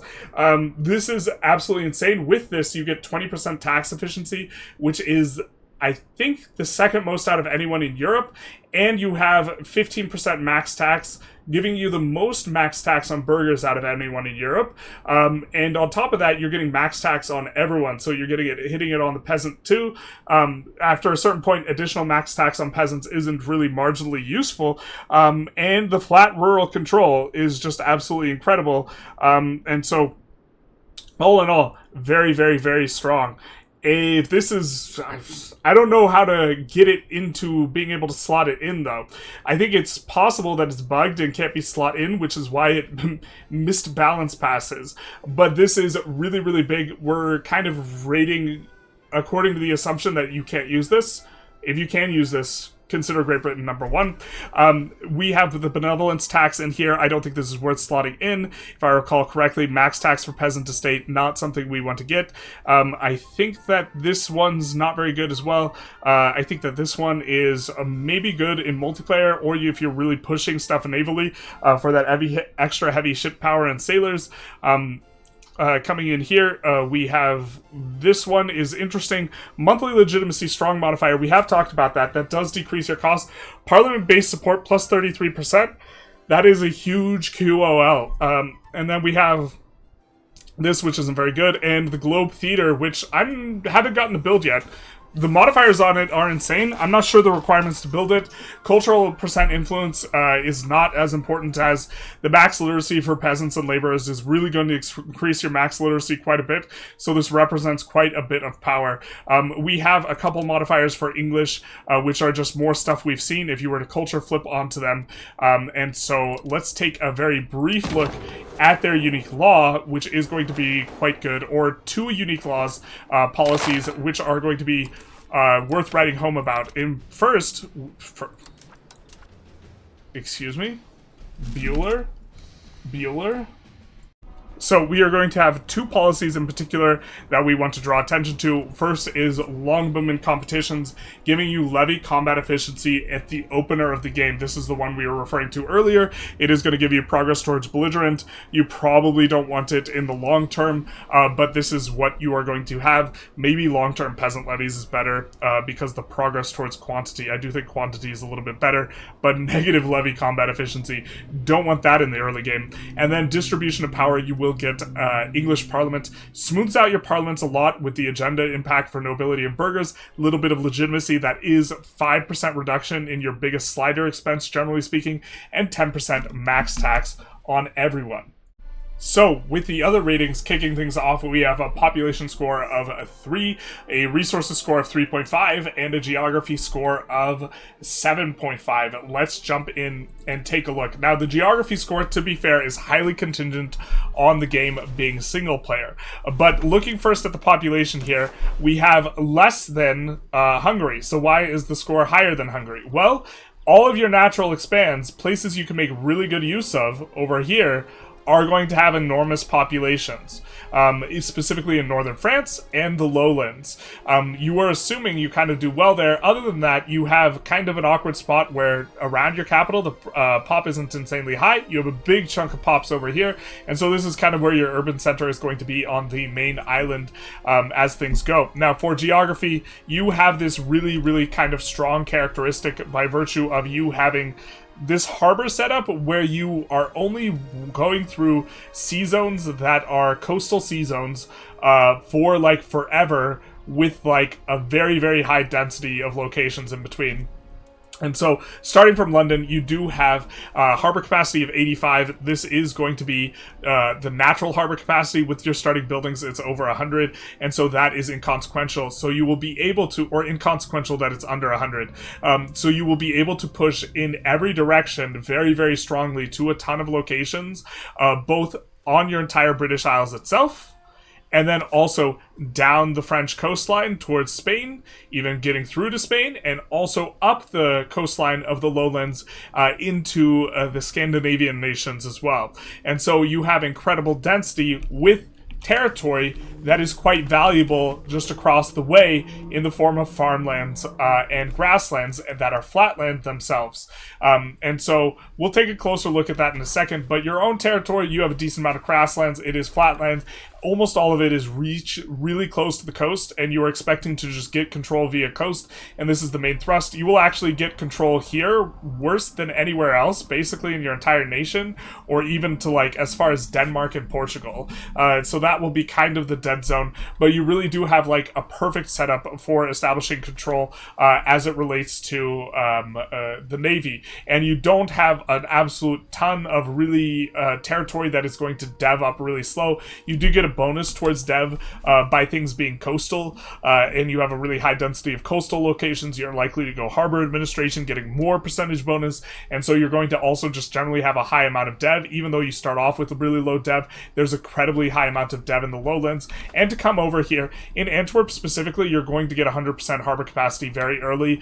You can get 100% harbor capacity over here as well. You're going to get 100% harbor capacity in Bordeaux, so you can get stuff like 60, 70, 80 control in these areas reasonably early, like in the third age, this type of thing. And so you're just in a position where the amount of locations you can get to 80 plus control is just very, very high relative to other nations at the start of the game. And you will also just make market centers in these other locations. So in our game, in particular, we had a market center in Antwerp where we had 100 control and 100 market access in the third age. It was 15-15, right? And we had a similar thing going on kind of in Tancarville slash the market. It was in Giscors, and then you get a similar thing in Bordeaux. So instead of having one location with a market capital pushing out market access and pushing out control, you almost have like four as it relates to kind of playing with London. And so this is just very, very strong. Now, to the resources, you have kind of an interesting spot with the resources. You have almost unlimited wool, and you're going to have really good production efficiency bonuses on the cloth, and that's mostly what you have going for you. You have a decent amount of iron. This is kind of a nice thing as well.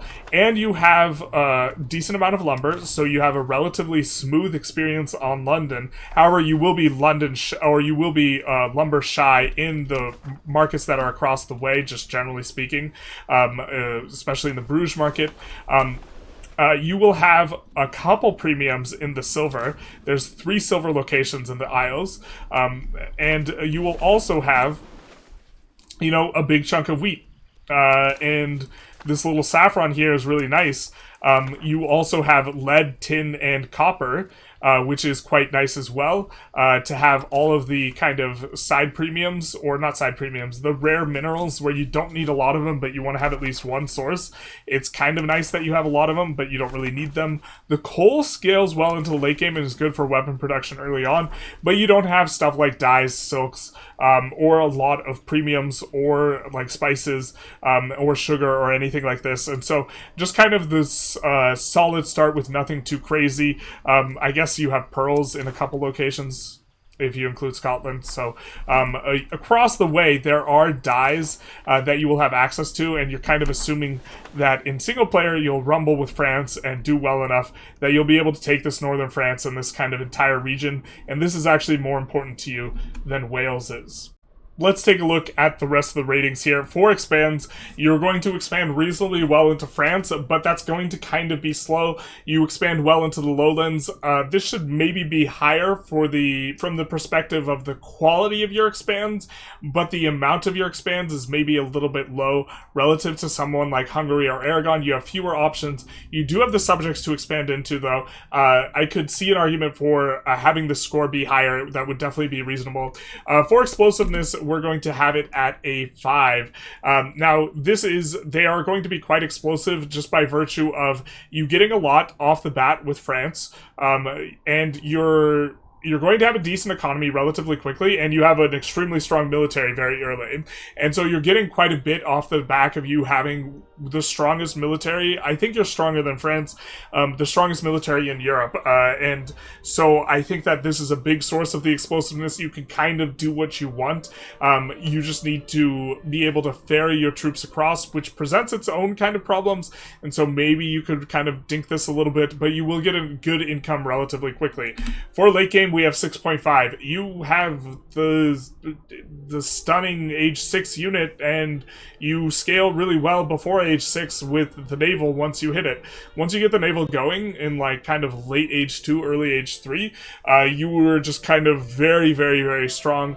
And then once naval falls off with railroads, you have like really strong units and really strong tech that just offsets any sort of fall off. So I do think that those are particularly strong, especially the output efficiency bonuses on cloth and tools in the late game. No one has anything like kind of resembling that.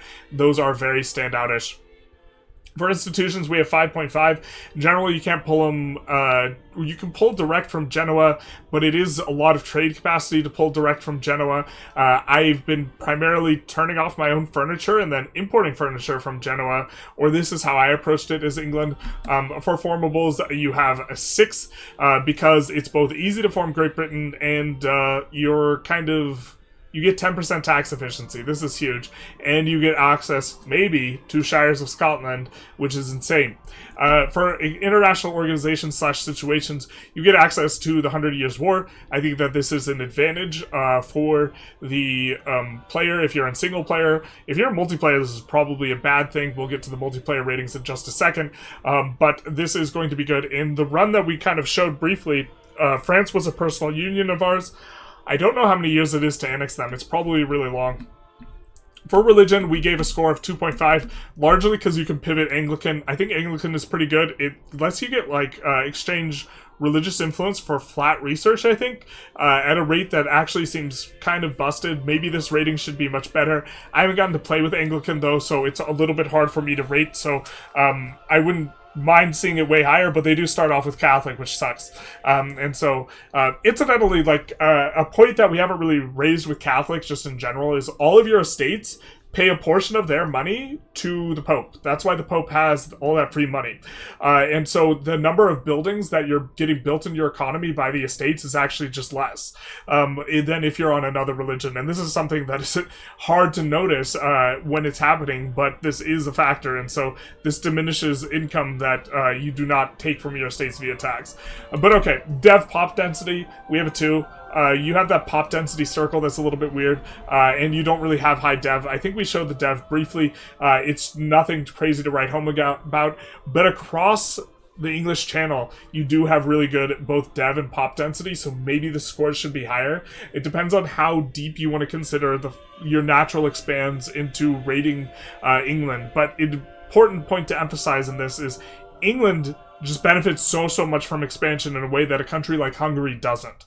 And so the Hungary takes more land, they can't get any control there. England takes more land, they can get 60, 70 control there for a really long time, for a real large amount of expanse. For manpower, we have a 2.5, just kind of correlating very strongly with its pop. I do think you get a sailor's bonus, and we took that into account to some degree.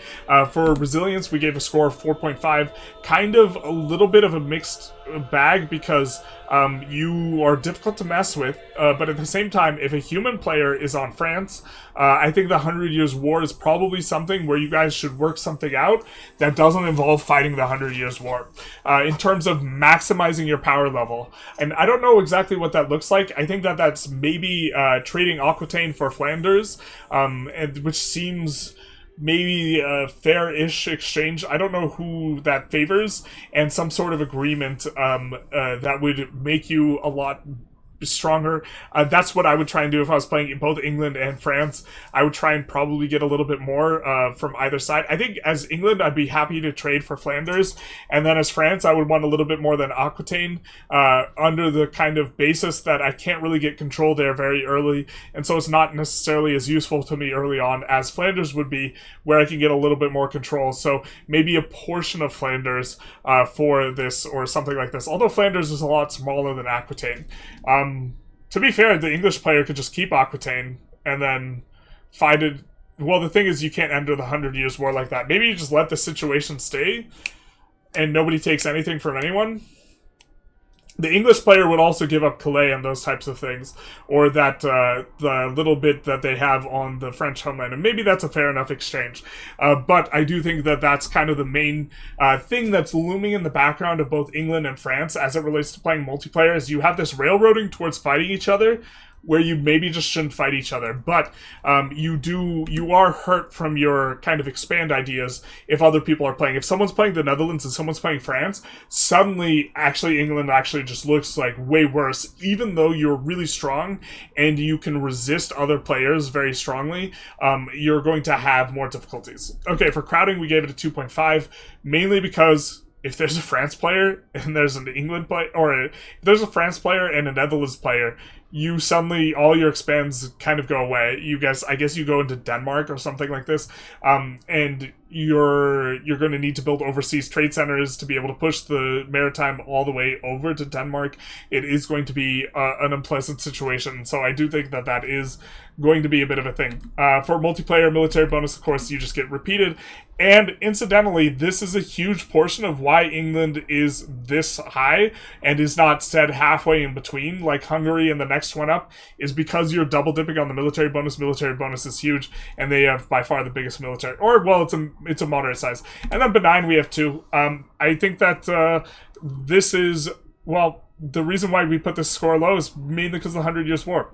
The 100 Years' War is a little bit of a sticky thing, and it's spooky, and I think that very often France is going to want to fight you, and if they want to fight you, there's nothing you can do about it, and I think that's to the detriment of both players. They're going to wood chirper each other's pops on each other. They're going to re-raise levies a whole bunch. I think that maybe France... So the thing is England has a better army in the abstract, but landing that army presents its own set of difficulties. But France can get backstabbed by other countries way easier. It's difficult to say without context or having tried it who's stronger multiplayer or how that is going to shake out. But this is definitely the thing that's looming in the background. It really hurts the multiplayer score. If we come on over and we look at the single player score versus multiplayer score, they are a full point ahead of Hungary in terms of single player score, but a full point behind in terms of multiplayer score. And so, and it's just the fact that, or multiplayer adjustment, it's just the fact that the single player is worth so much more than the multiplayer adjustment, that they're doing so much better. But just like, I think important to emphasize that relative to Hungary, they're a full point ahead on the single player. It's really the multiplayer that drags them down. Next up, in second place, we have Spain/Castile jumping into the scores. We have a multiplayer adjusted score of just 4.4 relative to England's 4.38. Again, you can kind of see here that I think England is going to be stronger in single player. I think England has the highest single player score out of everyone that we have here, and that a large part of it is you are way more resilient in terms of the multiplayer, the highest resilience we've had so far. I thought Hungary might be the highest, but we do have it pretty high for Castile here. As far as the unique content goes, we have very, very solid 6, and then we have an eco bonus of 7 with no funny business. They are the only eco bonus that is anywhere near this high that doesn't have funny business going on, in terms of, hey, we get unlimited proximity cost reduction, or hey, we have access immediately to being a republic, so this is incredibly strong. You get 30% total tax efficiency.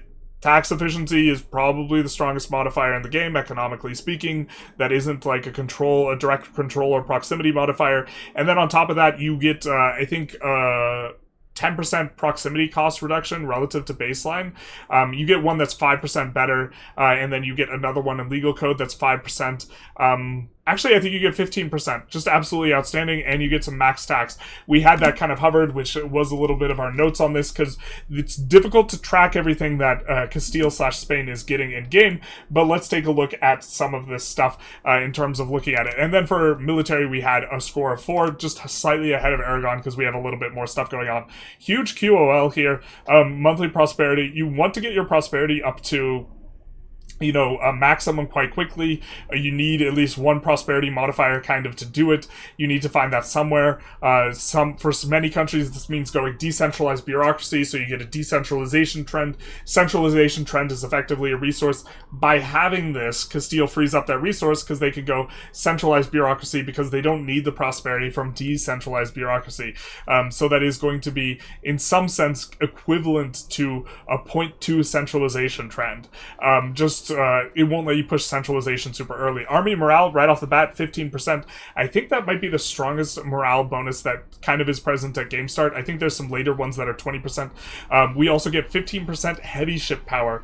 Recall that England could get, I think, 15% of base and then had another... actually, maybe England's only 15%. Wow. Is it Castile? Actually, just might be just way better navally speaking. In my head, England could get more heavy ship power modifier, but I think that they get 15%. I thought this was 10% for Castile, so a little bit of a bump there. We are going to be having monthly army traditions, kind of actually an annoying modifier if you're trying to push naval, which I think you do as Castile. But it's kind of an okay modifier. With current game balance, if you actually just drill your units up all the way, you will actually hit max army tradition anyways, so a little bit difficult to evaluate how good this is, but you could just not research it if you don't want to. We have colonial range and monthly colonial migration, going to be very nice kind of early on, and here is one of your tax efficiency modifiers in age 4. You have more than one. I think you have a total of 30% that you are going to be getting. You have Navy morale here, a little bit. Disembark speed I don't think is as important. Tolerance to true faith is okay. Literacy is kind of dead. Food production a little bit. And then late game 10% production efficiency. I think that the cloth and the tools output is better than this. But this is still quite a bit. It's also an age 6. The tools was at age 5. And we have a little bit of some unique unit that is going to be a really, really high initiative cavalry unit in the age where the final age where Cav is actually pretty good still. It's got some decent modifiers on it, so this is definitely something that's usable, especially if, well, it's usable if levies are just worse, which they're not. So coming over to here, we have the locked-in Crown of Castile, giving some monthly legitimacy and aristocracy trend. Aristocracy trend is a little bit annoying. You might not be able to go plutocratic very easily on Castile. This is locked in, but legitimacy cost is nice. Here is, hey, another tax efficiency modifier, which is going to be one of the strongest reforms in the game here. Centralization and tax efficiency. We get more legitimacy reduction or increase, and also centralization. I think Royal Factories is a freebie. It is. Extra government reform, production efficiency, very strong, and so that is going to be good. This is the third tax efficiency modifier here. Wait, sorry. They get more than... Do they get more than 30%? This isn't the one I remembered, but this is another tax efficiency modifier. We were kind of thinking of the Mesta Council, which gives another 5% tax efficiency. So I apologize. It's 35% tax efficiency, which again is more powerful than max tax, I think, because max tax you get as time goes on. Continuing down here, more monthly legitimacy, getting rid of your kind of modifier, or getting rid of the expenses, your biggest expense, generally speaking, as you scale in the late game. But you get more trend towards aristocracy aristocracy. So you're gonna have to make some choices. Do you want to push plutocracy, or do you want to use a lot of this stuff? So it is going to be a little bit of a thing. Another one of these giving you push towards aristocracy for stab decay and pop join rebel threshold. You get 2 techs that are giving peasant satisfaction, which is very nice. Definitely something you want. This one pushes you towards free subjects. If it didn't, you would be a strong candidate for pushing serfdom instead of free subjects. But even still, you are better at pushing serfdom instead of free subjects to make use of the max tax than most other nations. Now, the Castilian stuff will have just overlap with the country bonuses. I do believe that's all there is here. But then you also get access to all the Iberian stuff. We talked about this when we talked about both Aragon and Portugal, but just very broad strokes. The main ideas here are going to be the fact that you get a bunch of units. The units are fairly solid for the naval units, getting an age 1 galley and caravel. Caravels in age 2 and 3 as well, and then in age 3 and 4 a stronger version of the heavy ships, so really strong in age 3 and 4 for the heavies. And then the lieutenancy, an overseas bailiff that is just absolutely insane, pairs really nicely with the continental divide that you experience here in Castile. So starting off with the non-national kind of ratings here, we have a population score of 3, a resources score of 4, and a geography score of 5.5. Jumping in to kind of justify these, we are going to take a look at the population, and the population, you have a ton of it, and you are going to have a natural expand into Maghreb, and you are going to, if people are fighting over Maghreb, you're going to win that fight. You're also going to get more pop down here as well, and so you have some good expands for pop as well. Unfortunately for you, most of it's in the north, and this is kind of annoying in terms of the placement because you'd prefer it in the south because you kind of, generally speaking, like this territory a little bit more. Now, for our geography, we do have the very important continental divide. We've discussed this, but you can build plantations in North Africa. You can't build bailiffs, but you don't care because you have access to the lieutenancy, and so you're going to be able to gain really good use out of the terrain in Morocco. With a capital in Sevilla, you will be able to push navally all the way back up to here. You will even be able to push as far as Aquitaine. You will be able to push Provence. You will be able to push towards Tunis, and you will be able to push down towards Morocco, possibly even getting a little bit of proximity into West Africa at your very kind of height slash maximal extent. And so you are pushing in effectively 4 directions, right? And this is kind of a key aspect of how much we value our start navally, is how many different directions can we push along coasts, and you are pushing quite a bit here, so that is going to be quite valuable. You have not just your own kind of territory to think about, but also Morocco and Tlemcen and these types of things. So let's look at the terrain for us and then look at the terrain over here. Now, your geography, from the fact that you have plateaus everywhere, kind of sucks. They give plus 12.5% proximity impact. This is painful. You have a little bit of flatlands. The hills are not... The hills are better than not as bad as the plateau, but you also have a lot of hills, a lot of mountains. You have decent kind of veins through. Coming to look at the river, you're going to have a nice vein from Sevilla up until here. You're also going to maybe push just straight up this way. Decent amount of rivers in terms of like the river map mode, but you're going to have several clearings, and you can kind of push control reasonably well to these clearings by pushing navally. So you're going to have a nice little vein over to this plateau. You can kind of get things going there. You're going to have an ability to push into this kind of open zone through Lisboa, but this is unfortunately sparse, so it's hard to get a lot of pops there. This is also sparse, hard to get a lot of pops there, and so it's kind of this central grassland, but it's not flatland, and then there's this plateau with all this farmland and grassland. This is going to be, effectively, you're going to have like 2 power bases. One of them is going to have high control in the early game. You're going to have to pick which. I think in the early game you play it towards the plateau, and to the late game you play it towards here, and something like this. But a little bit of, you have, in terms of what you start with, you have difficulties is what we're kind of getting at here, but your geography really does benefit a whole lot because you can push control down here very easily. I personally like moving the Fez market to Marrakesh, and then you have this big clearing in Marrakesh. It is grassland and a bit of sparse. Marrakesh is going to be this here, but you are going to have really good RGOs in this territory. When we look at RGOs, we'll take a look at that.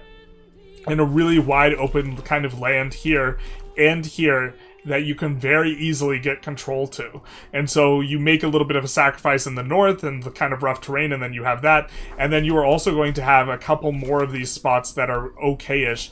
A lot of hills on this kind of coast, but you have this zone, which you can work decently well, and this zone in Tunis, and then the entire coastline of Aragon, if you get that.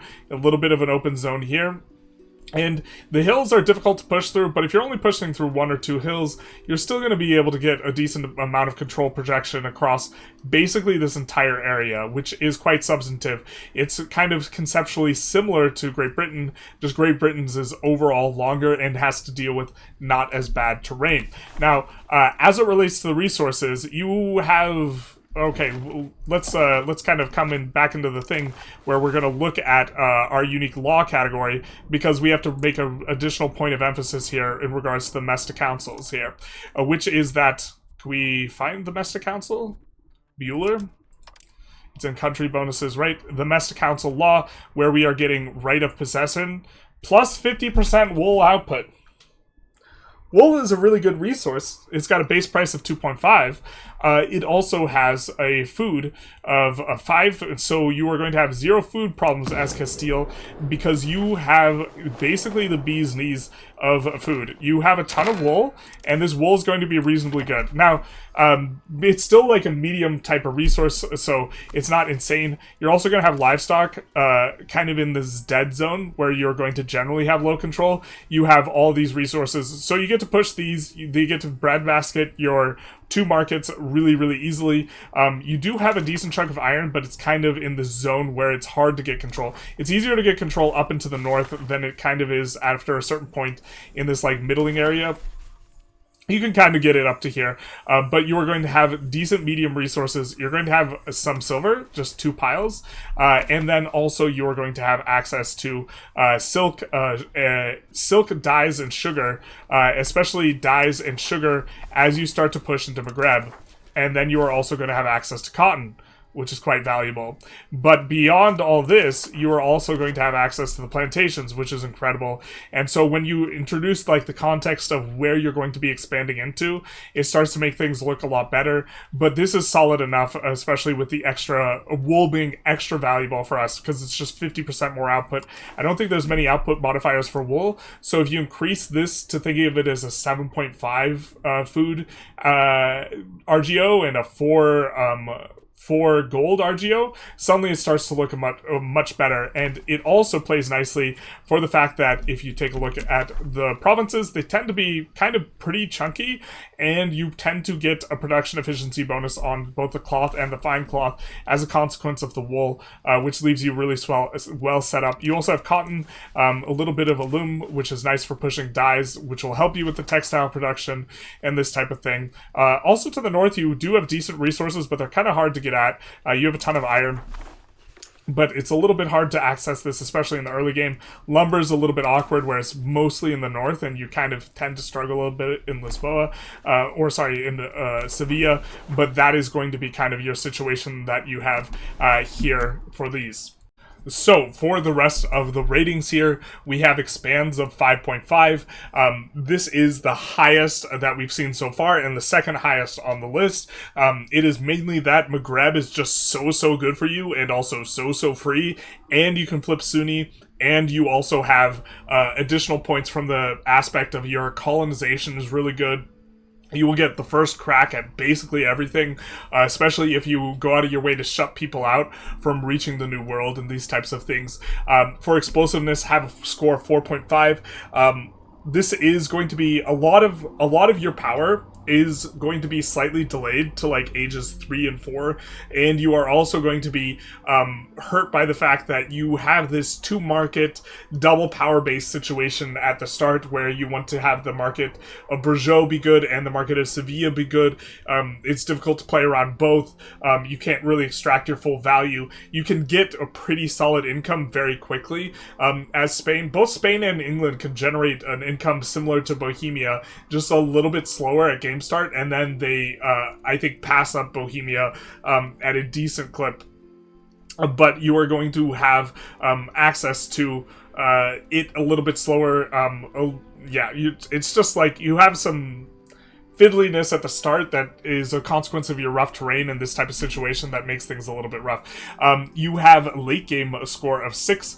I do think that in particular, the very impressive Vice-Royality building does scale quite well, and you also have a bunch of bonuses, naval and otherwise, that are going to be pretty good. For institutions, we have a score of 5.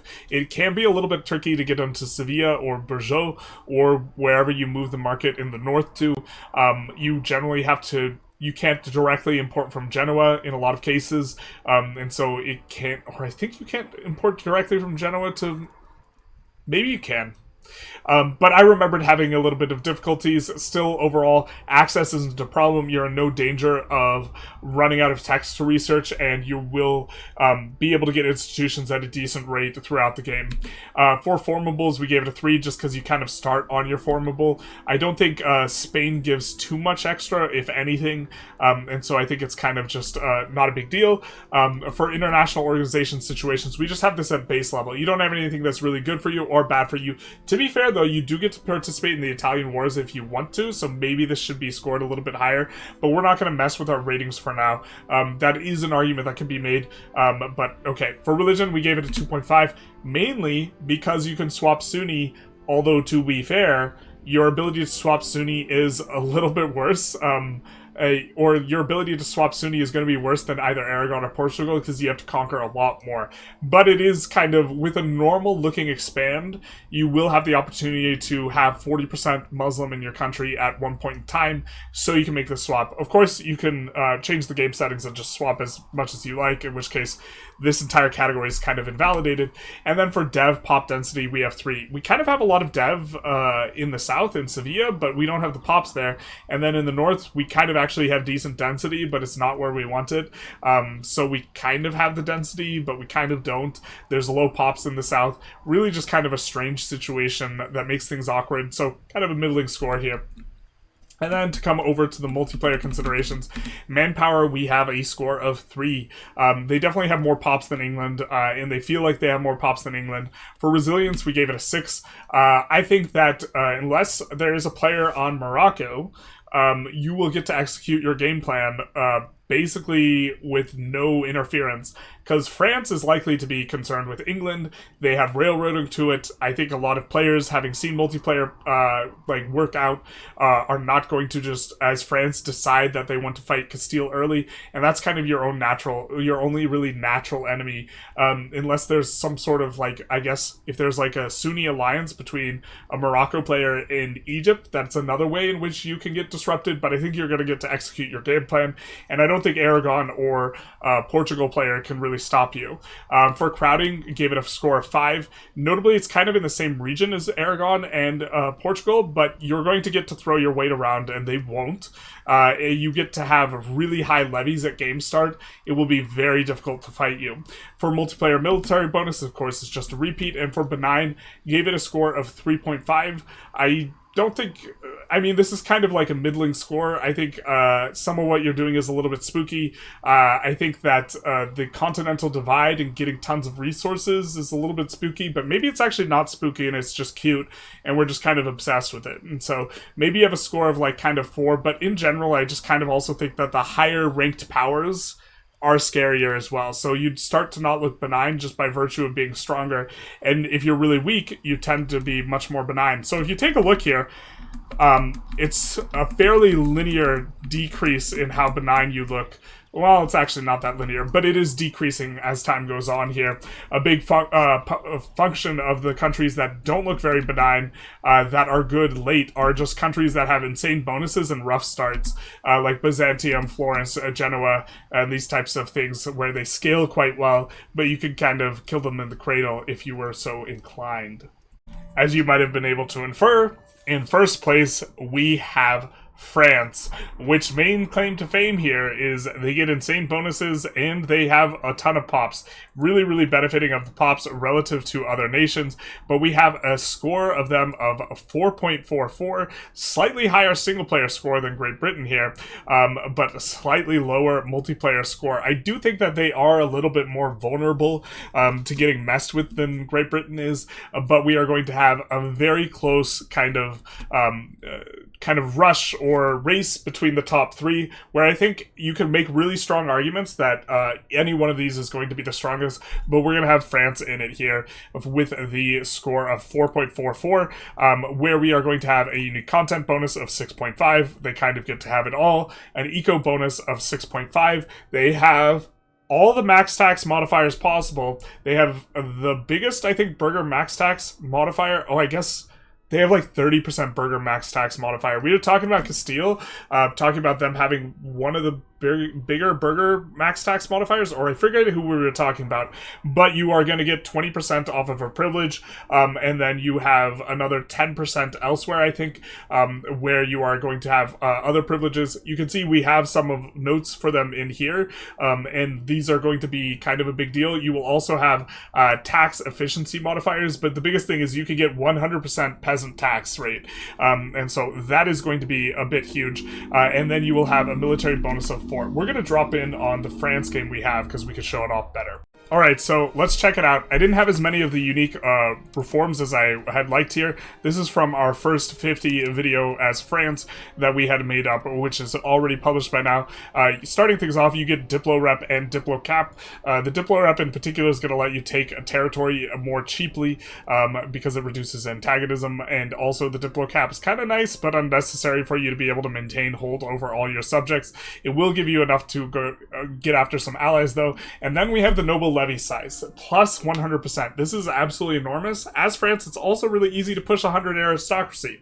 I think you probably do this as France. You have an enormous amount of noble levies as a consequence of this, and then they get multiplied by 2, right? You have an enormous population, and then aristocracy scales based on population, the number of nobles you get. The number of nobles you get scales the flat number of levies you get, and then the percentage modifier gives you a ton more levies. Next up, we have cultural influence. Nice to have this in the early game. It lets you annex people fast.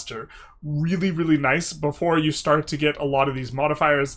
But this modifier, cultural influence in age 3 or 4, wouldn't really be that great. Kind of good in terms of his position. I was mistaken regarding the army morale of Castile. We do, in fact, get an early one, 20% on France here. I do think that that is the biggest.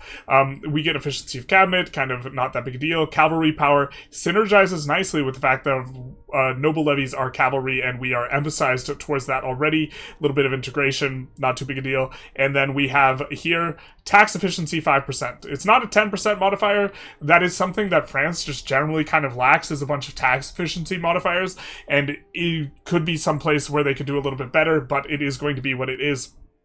We are also going to have a monthly research progress. That late is not going to be too great. A little bit of tolerance towards the end, legislative efficiency, and then at the very end, a little bit of discipline. This is really late to be getting 5 discipline, but it is going to be nice towards the end here. Legislative efficiency lets you go after stuff for less antagonism. You're going to start off with the ancient French taxation, so this goes into kind of why they are maybe a little bit more vulnerable at start, where you are really going to be hampered. But I think that this maybe gives people the idea that France is maybe not as good when they drop in on it a little bit more easily. We are also going to have a French monarchy. I do think that this is locked in, or is it French feudal nobility? One of this one's locked in. This incidentally pushes you towards serfdom. The problem with going serfdom is you already have so much peasant max tax anyways, there's kind of not that much a point. But if you go full serfdom, which gives peasant max tax, I think you actually can get 100% peasant max tax. The problem is you just don't have anywhere near enough peasant satisfaction to do this, and since you have a bunch of max tax for peasants, I think you're supposed to go free subjects anyways, but if you want to meme it up, you can. Gabelle is going to be one of the things that gives you plus 20% peasant max tax. Absolutely insane. Gives you progress towards serfdom, possible government reforms. You probably actively want to get enough progress towards free subjects, and so you're going to be looking for opportunities to do that. You get the Louis legal code. I do think this is a little bit late in the game. I haven't unlocked it in any of my France runs that didn't go very deep, but it is going to be free proximity cost and legislative efficiency. There's starting to be a lot of legislative efficiency, so you start to see where that's going in regards to kind of ignoring antagonism a bit more in the late game. You get a bunch of government or state privileges that are reasonably solid here. Starting with monthly progress towards centralization. Centralization push real easy as France, if I recall correctly. I think we got 100 in under 50 years, but I might be mixing up a couple of things. We also have this maximum tax for Burger's estate. Burger's estate is the most valuable guy to get max tax on. We do get that here. France's kind of downside is they don't get much tax efficiency, but there's generic tax efficiency in the tree and such as well that you can gain access to. So the fact that you get a huge chunk of burger tax, which scales really well in the late game, and then you just use generic max tax, is going to be really strong here. I do think that there's two versions of this, one that's 20 and one's 10. There's two versions of a lot of the things that they get access to. We get another thing that's pushing us towards aristocracy, and you start off with this, if I recall correctly, meaning that you will get you will be having even more extra levies, plus 250% total levies. I think there's another generic levy modifier somewhere. You end up having just way more levies in terms of the noble levies as other people. You have to fight England, which has those longbowmen, which are terrifying, but that is what it is. This Great Office is kind of an interesting one. I'm not sure how good I think it is. 200% is a lot in exchange for the extra cabinet seat, but you are going to have an extra cabinet seat pretty early, and that is going to be the main ones that we are getting as France. There are a few law categories where you unlock new laws and policies. We showed some of them when we were kind of showing off the little bit of a note on the spreadsheet, but just to kind of show the foyage levy tax, we are going to have max tax for peasant estate, and look at that, expected cost of court minus 5%. That's tremendous. Now, to be fair, peasants' estate satisfaction equilibrium is going to be an issue. We are, generally speaking, going to not have enough satisfaction, and that's going to be our throttle here in terms of things. But the biggest expense being this, our cost of court normally would be 21%, but instead we're getting this minus 5% here, right? So it's reducing by 25% what is generally the most expensive slider.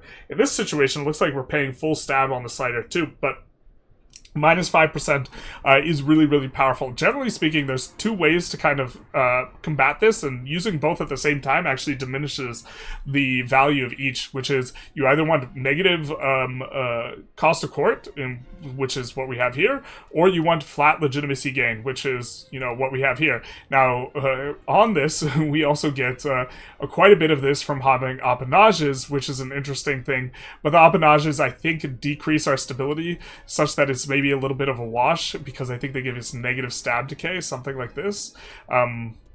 Appanage subjects, yeah.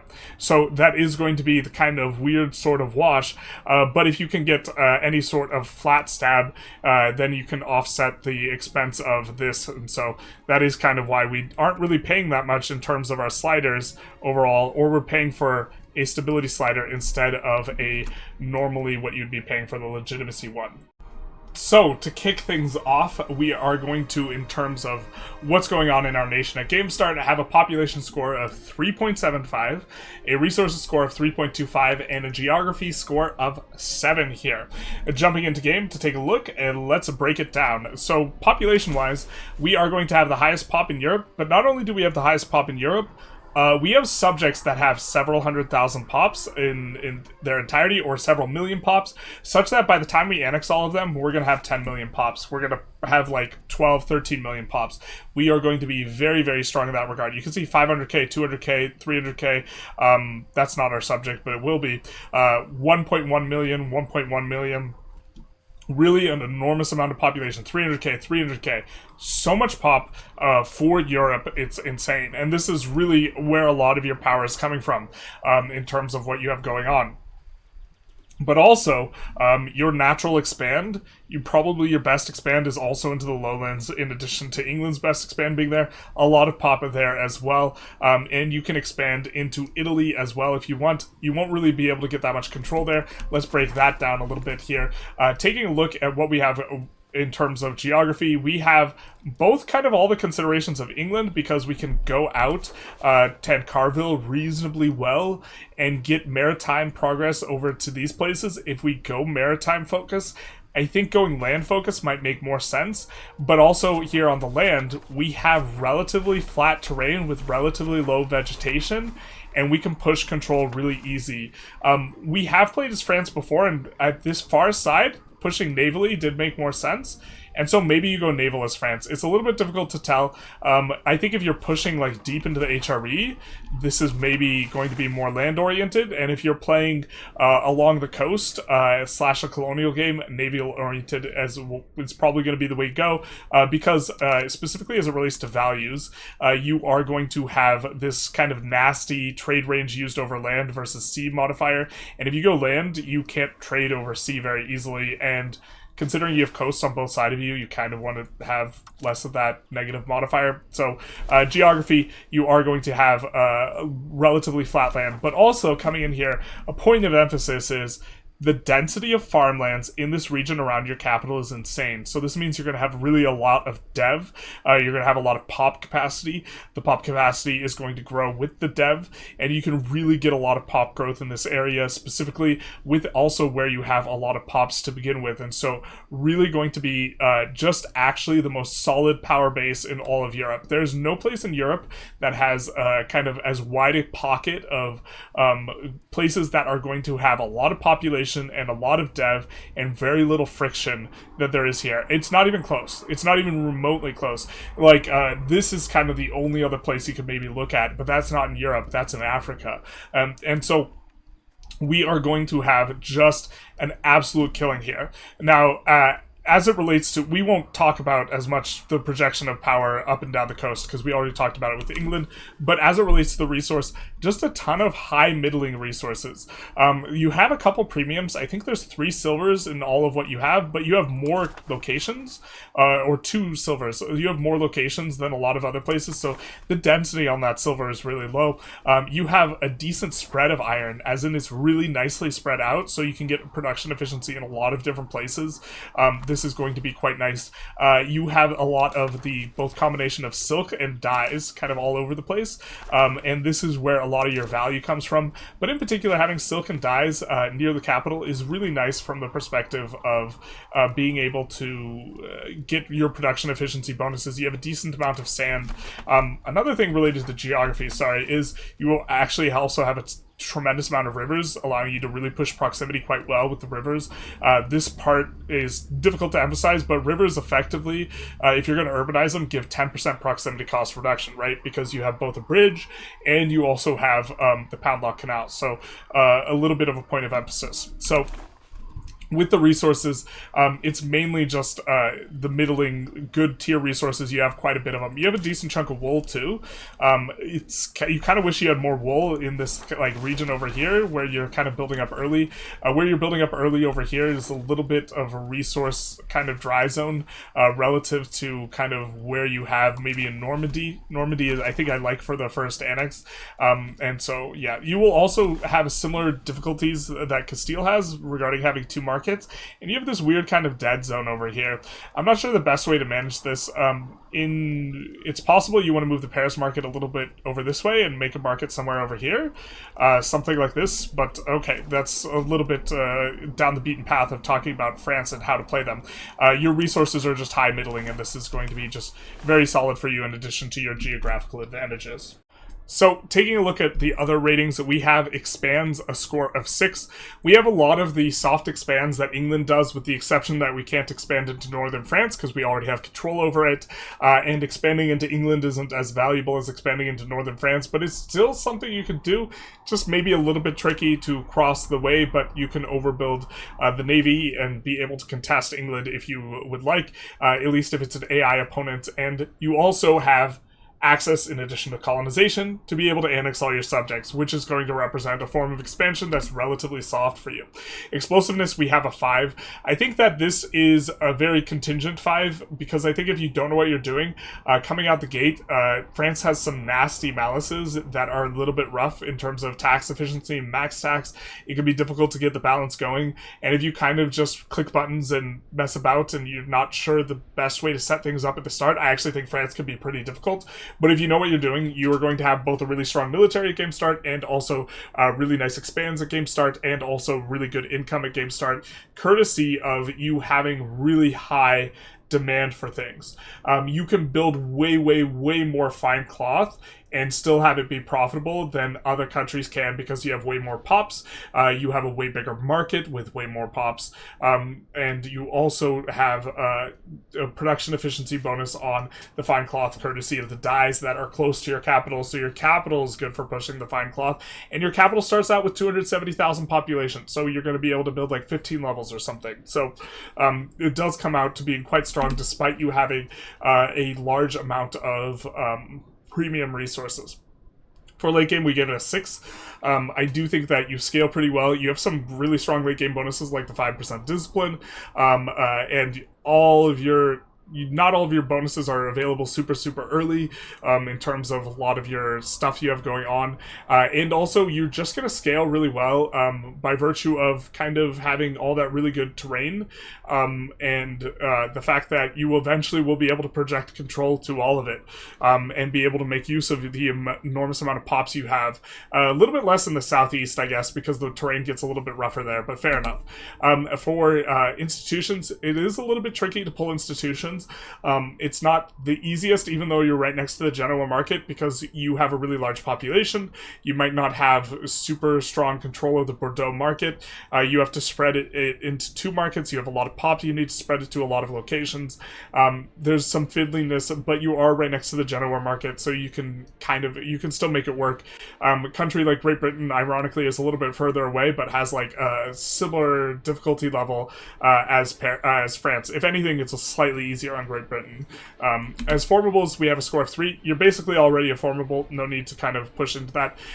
We did adjust up the score on both Spain and France for IOs and situations to account for the Italian wars.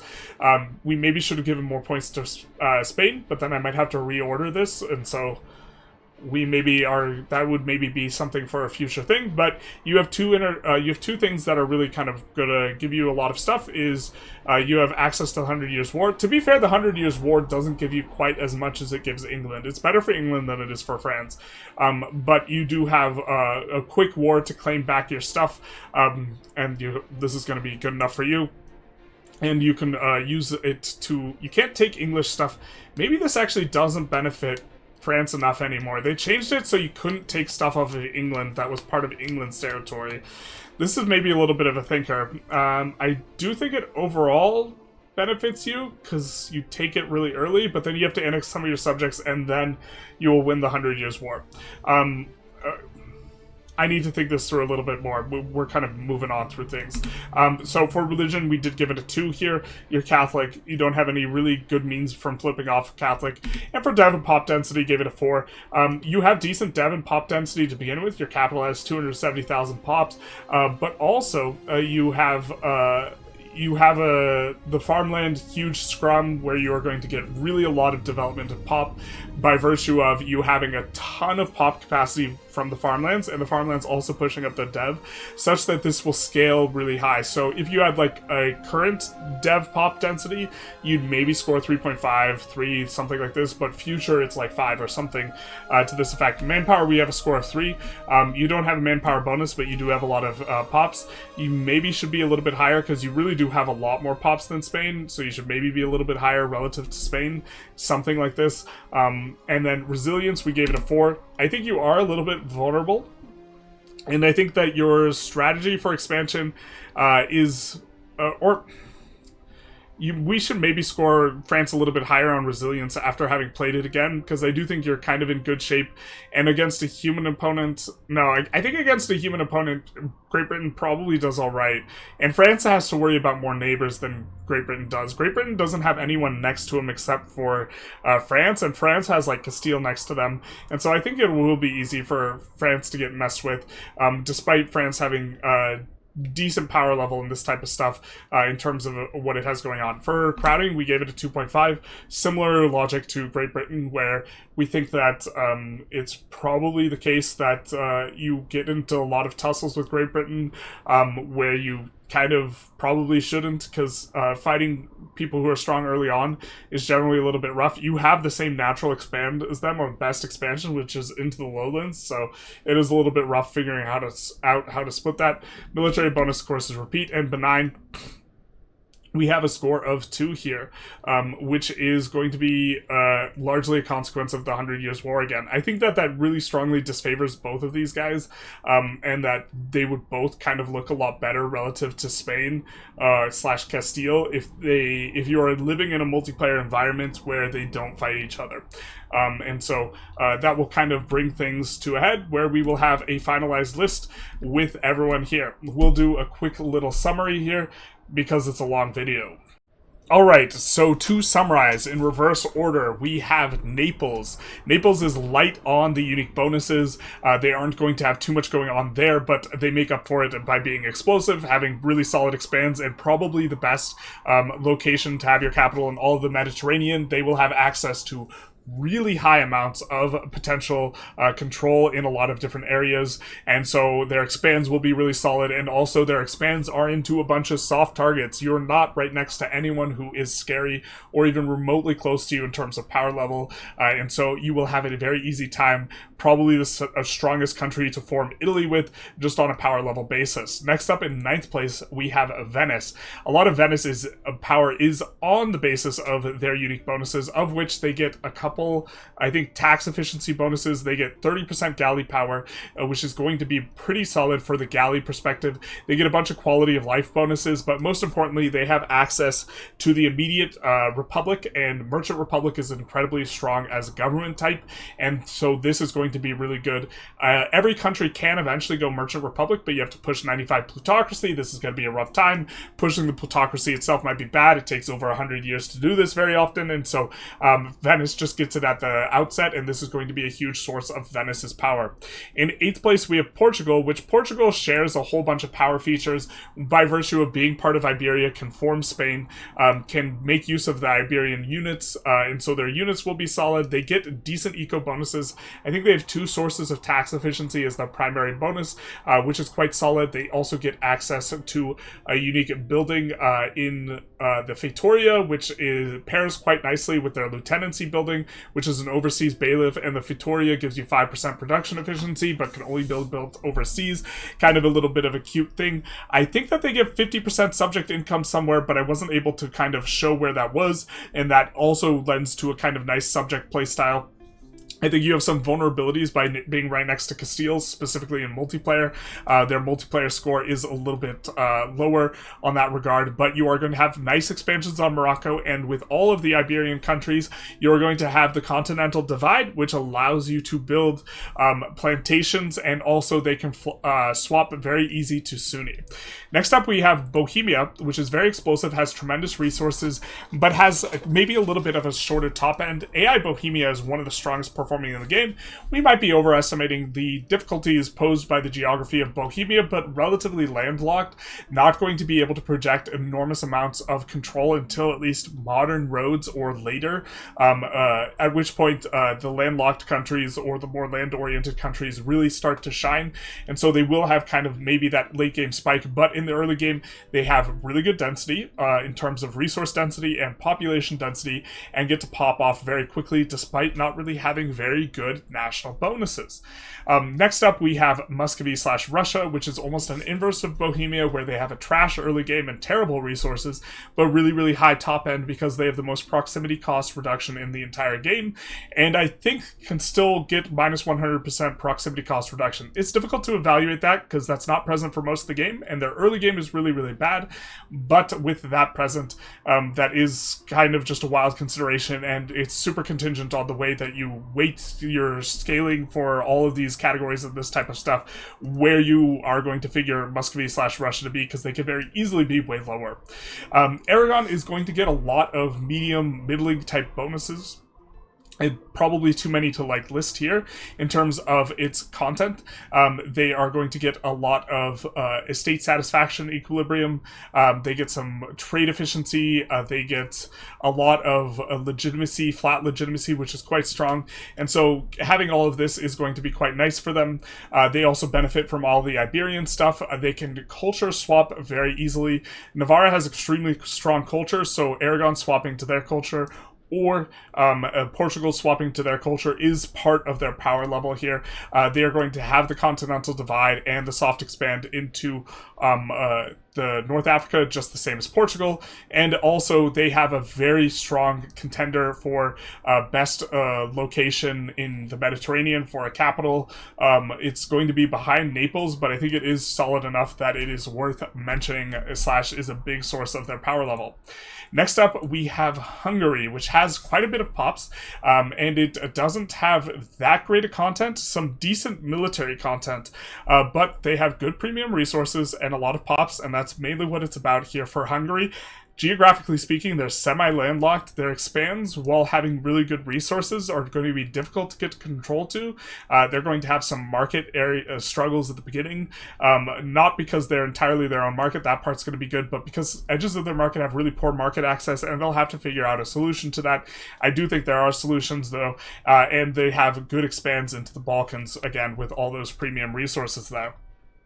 Next up, we do have England / Great Britain here, which is going to be in third place, which is quite a bit ahead. And England / Great Britain's biggest kind of thing that they have going on for them is their extraordinarily good location, allowing them in the early game with naval to really have a large amount of control in a lot of places. They can push naval kind of in 4 directions, as can Castile / Spain. They have access to very strong content, both in terms of economic bonuses and also in terms of military bonuses, and they have the government reform Shires of Scotland, which is clearly the strongest in the game. I'm not sure if it's properly implemented right now, which might be why it has missed kind of balance passes, if that is the case, but that one is clearly insane. If that is achievable, England probably goes to number 1 slot, but as it stands, they are going to be pretty solid. Next up, we have Spain, which has, I think, 35% tax efficiency bonuses, which is the highest in the game. Castile / Spain, really a lot of tax efficiency. Tax efficiency is one of the best modifiers in the game. They have max tax as well. They have, I think, 15% proximity cost, so they have very, very strong content, but they suffer a little bit from some awkwardness regarding their geography, but they also have Sevilla being an excellent capital, able to kind of move in 4 directions,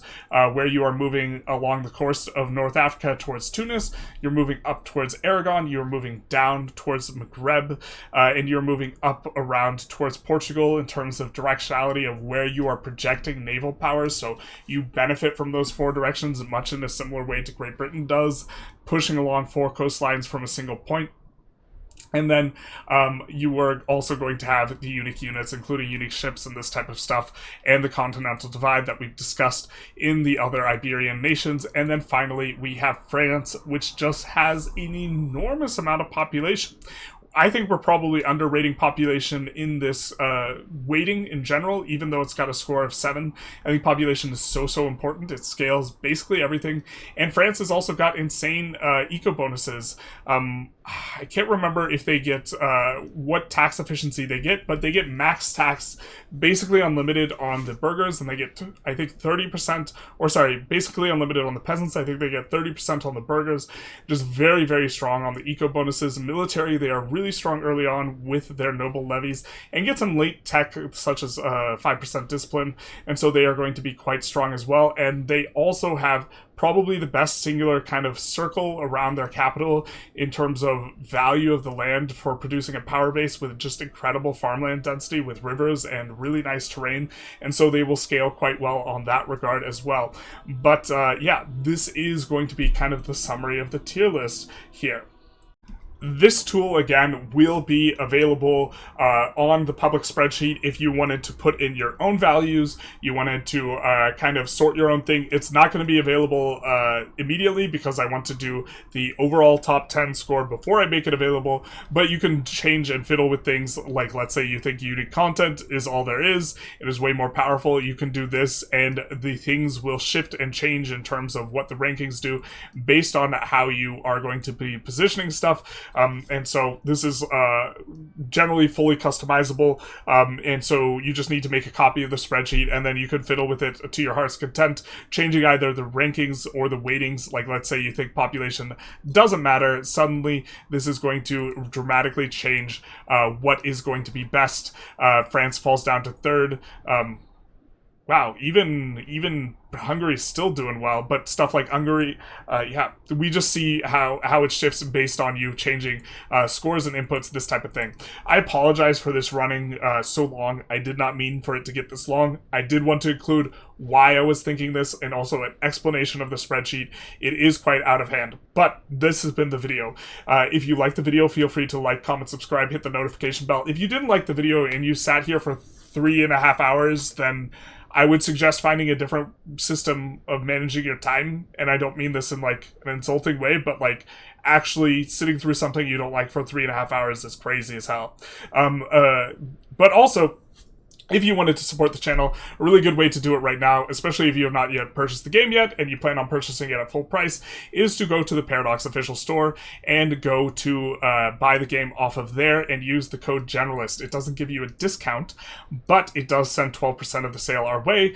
It is a little bit more inconvenient for you. Yes, you will be emailed a code and you will have to put it in. Also, if you do not have USD as your currency, make sure you double check to make sure that the price is the same online as it is in Steam, as it varies depending on currency type, but USD, as far as I know, is consistent. Also, other content creators will have a code, so if you wanted to support them instead, make sure you check out with them instead. But if you are paying full price anyways for the game, this is a free way to support the channel if you would like. But other than all that, y'all have a good one.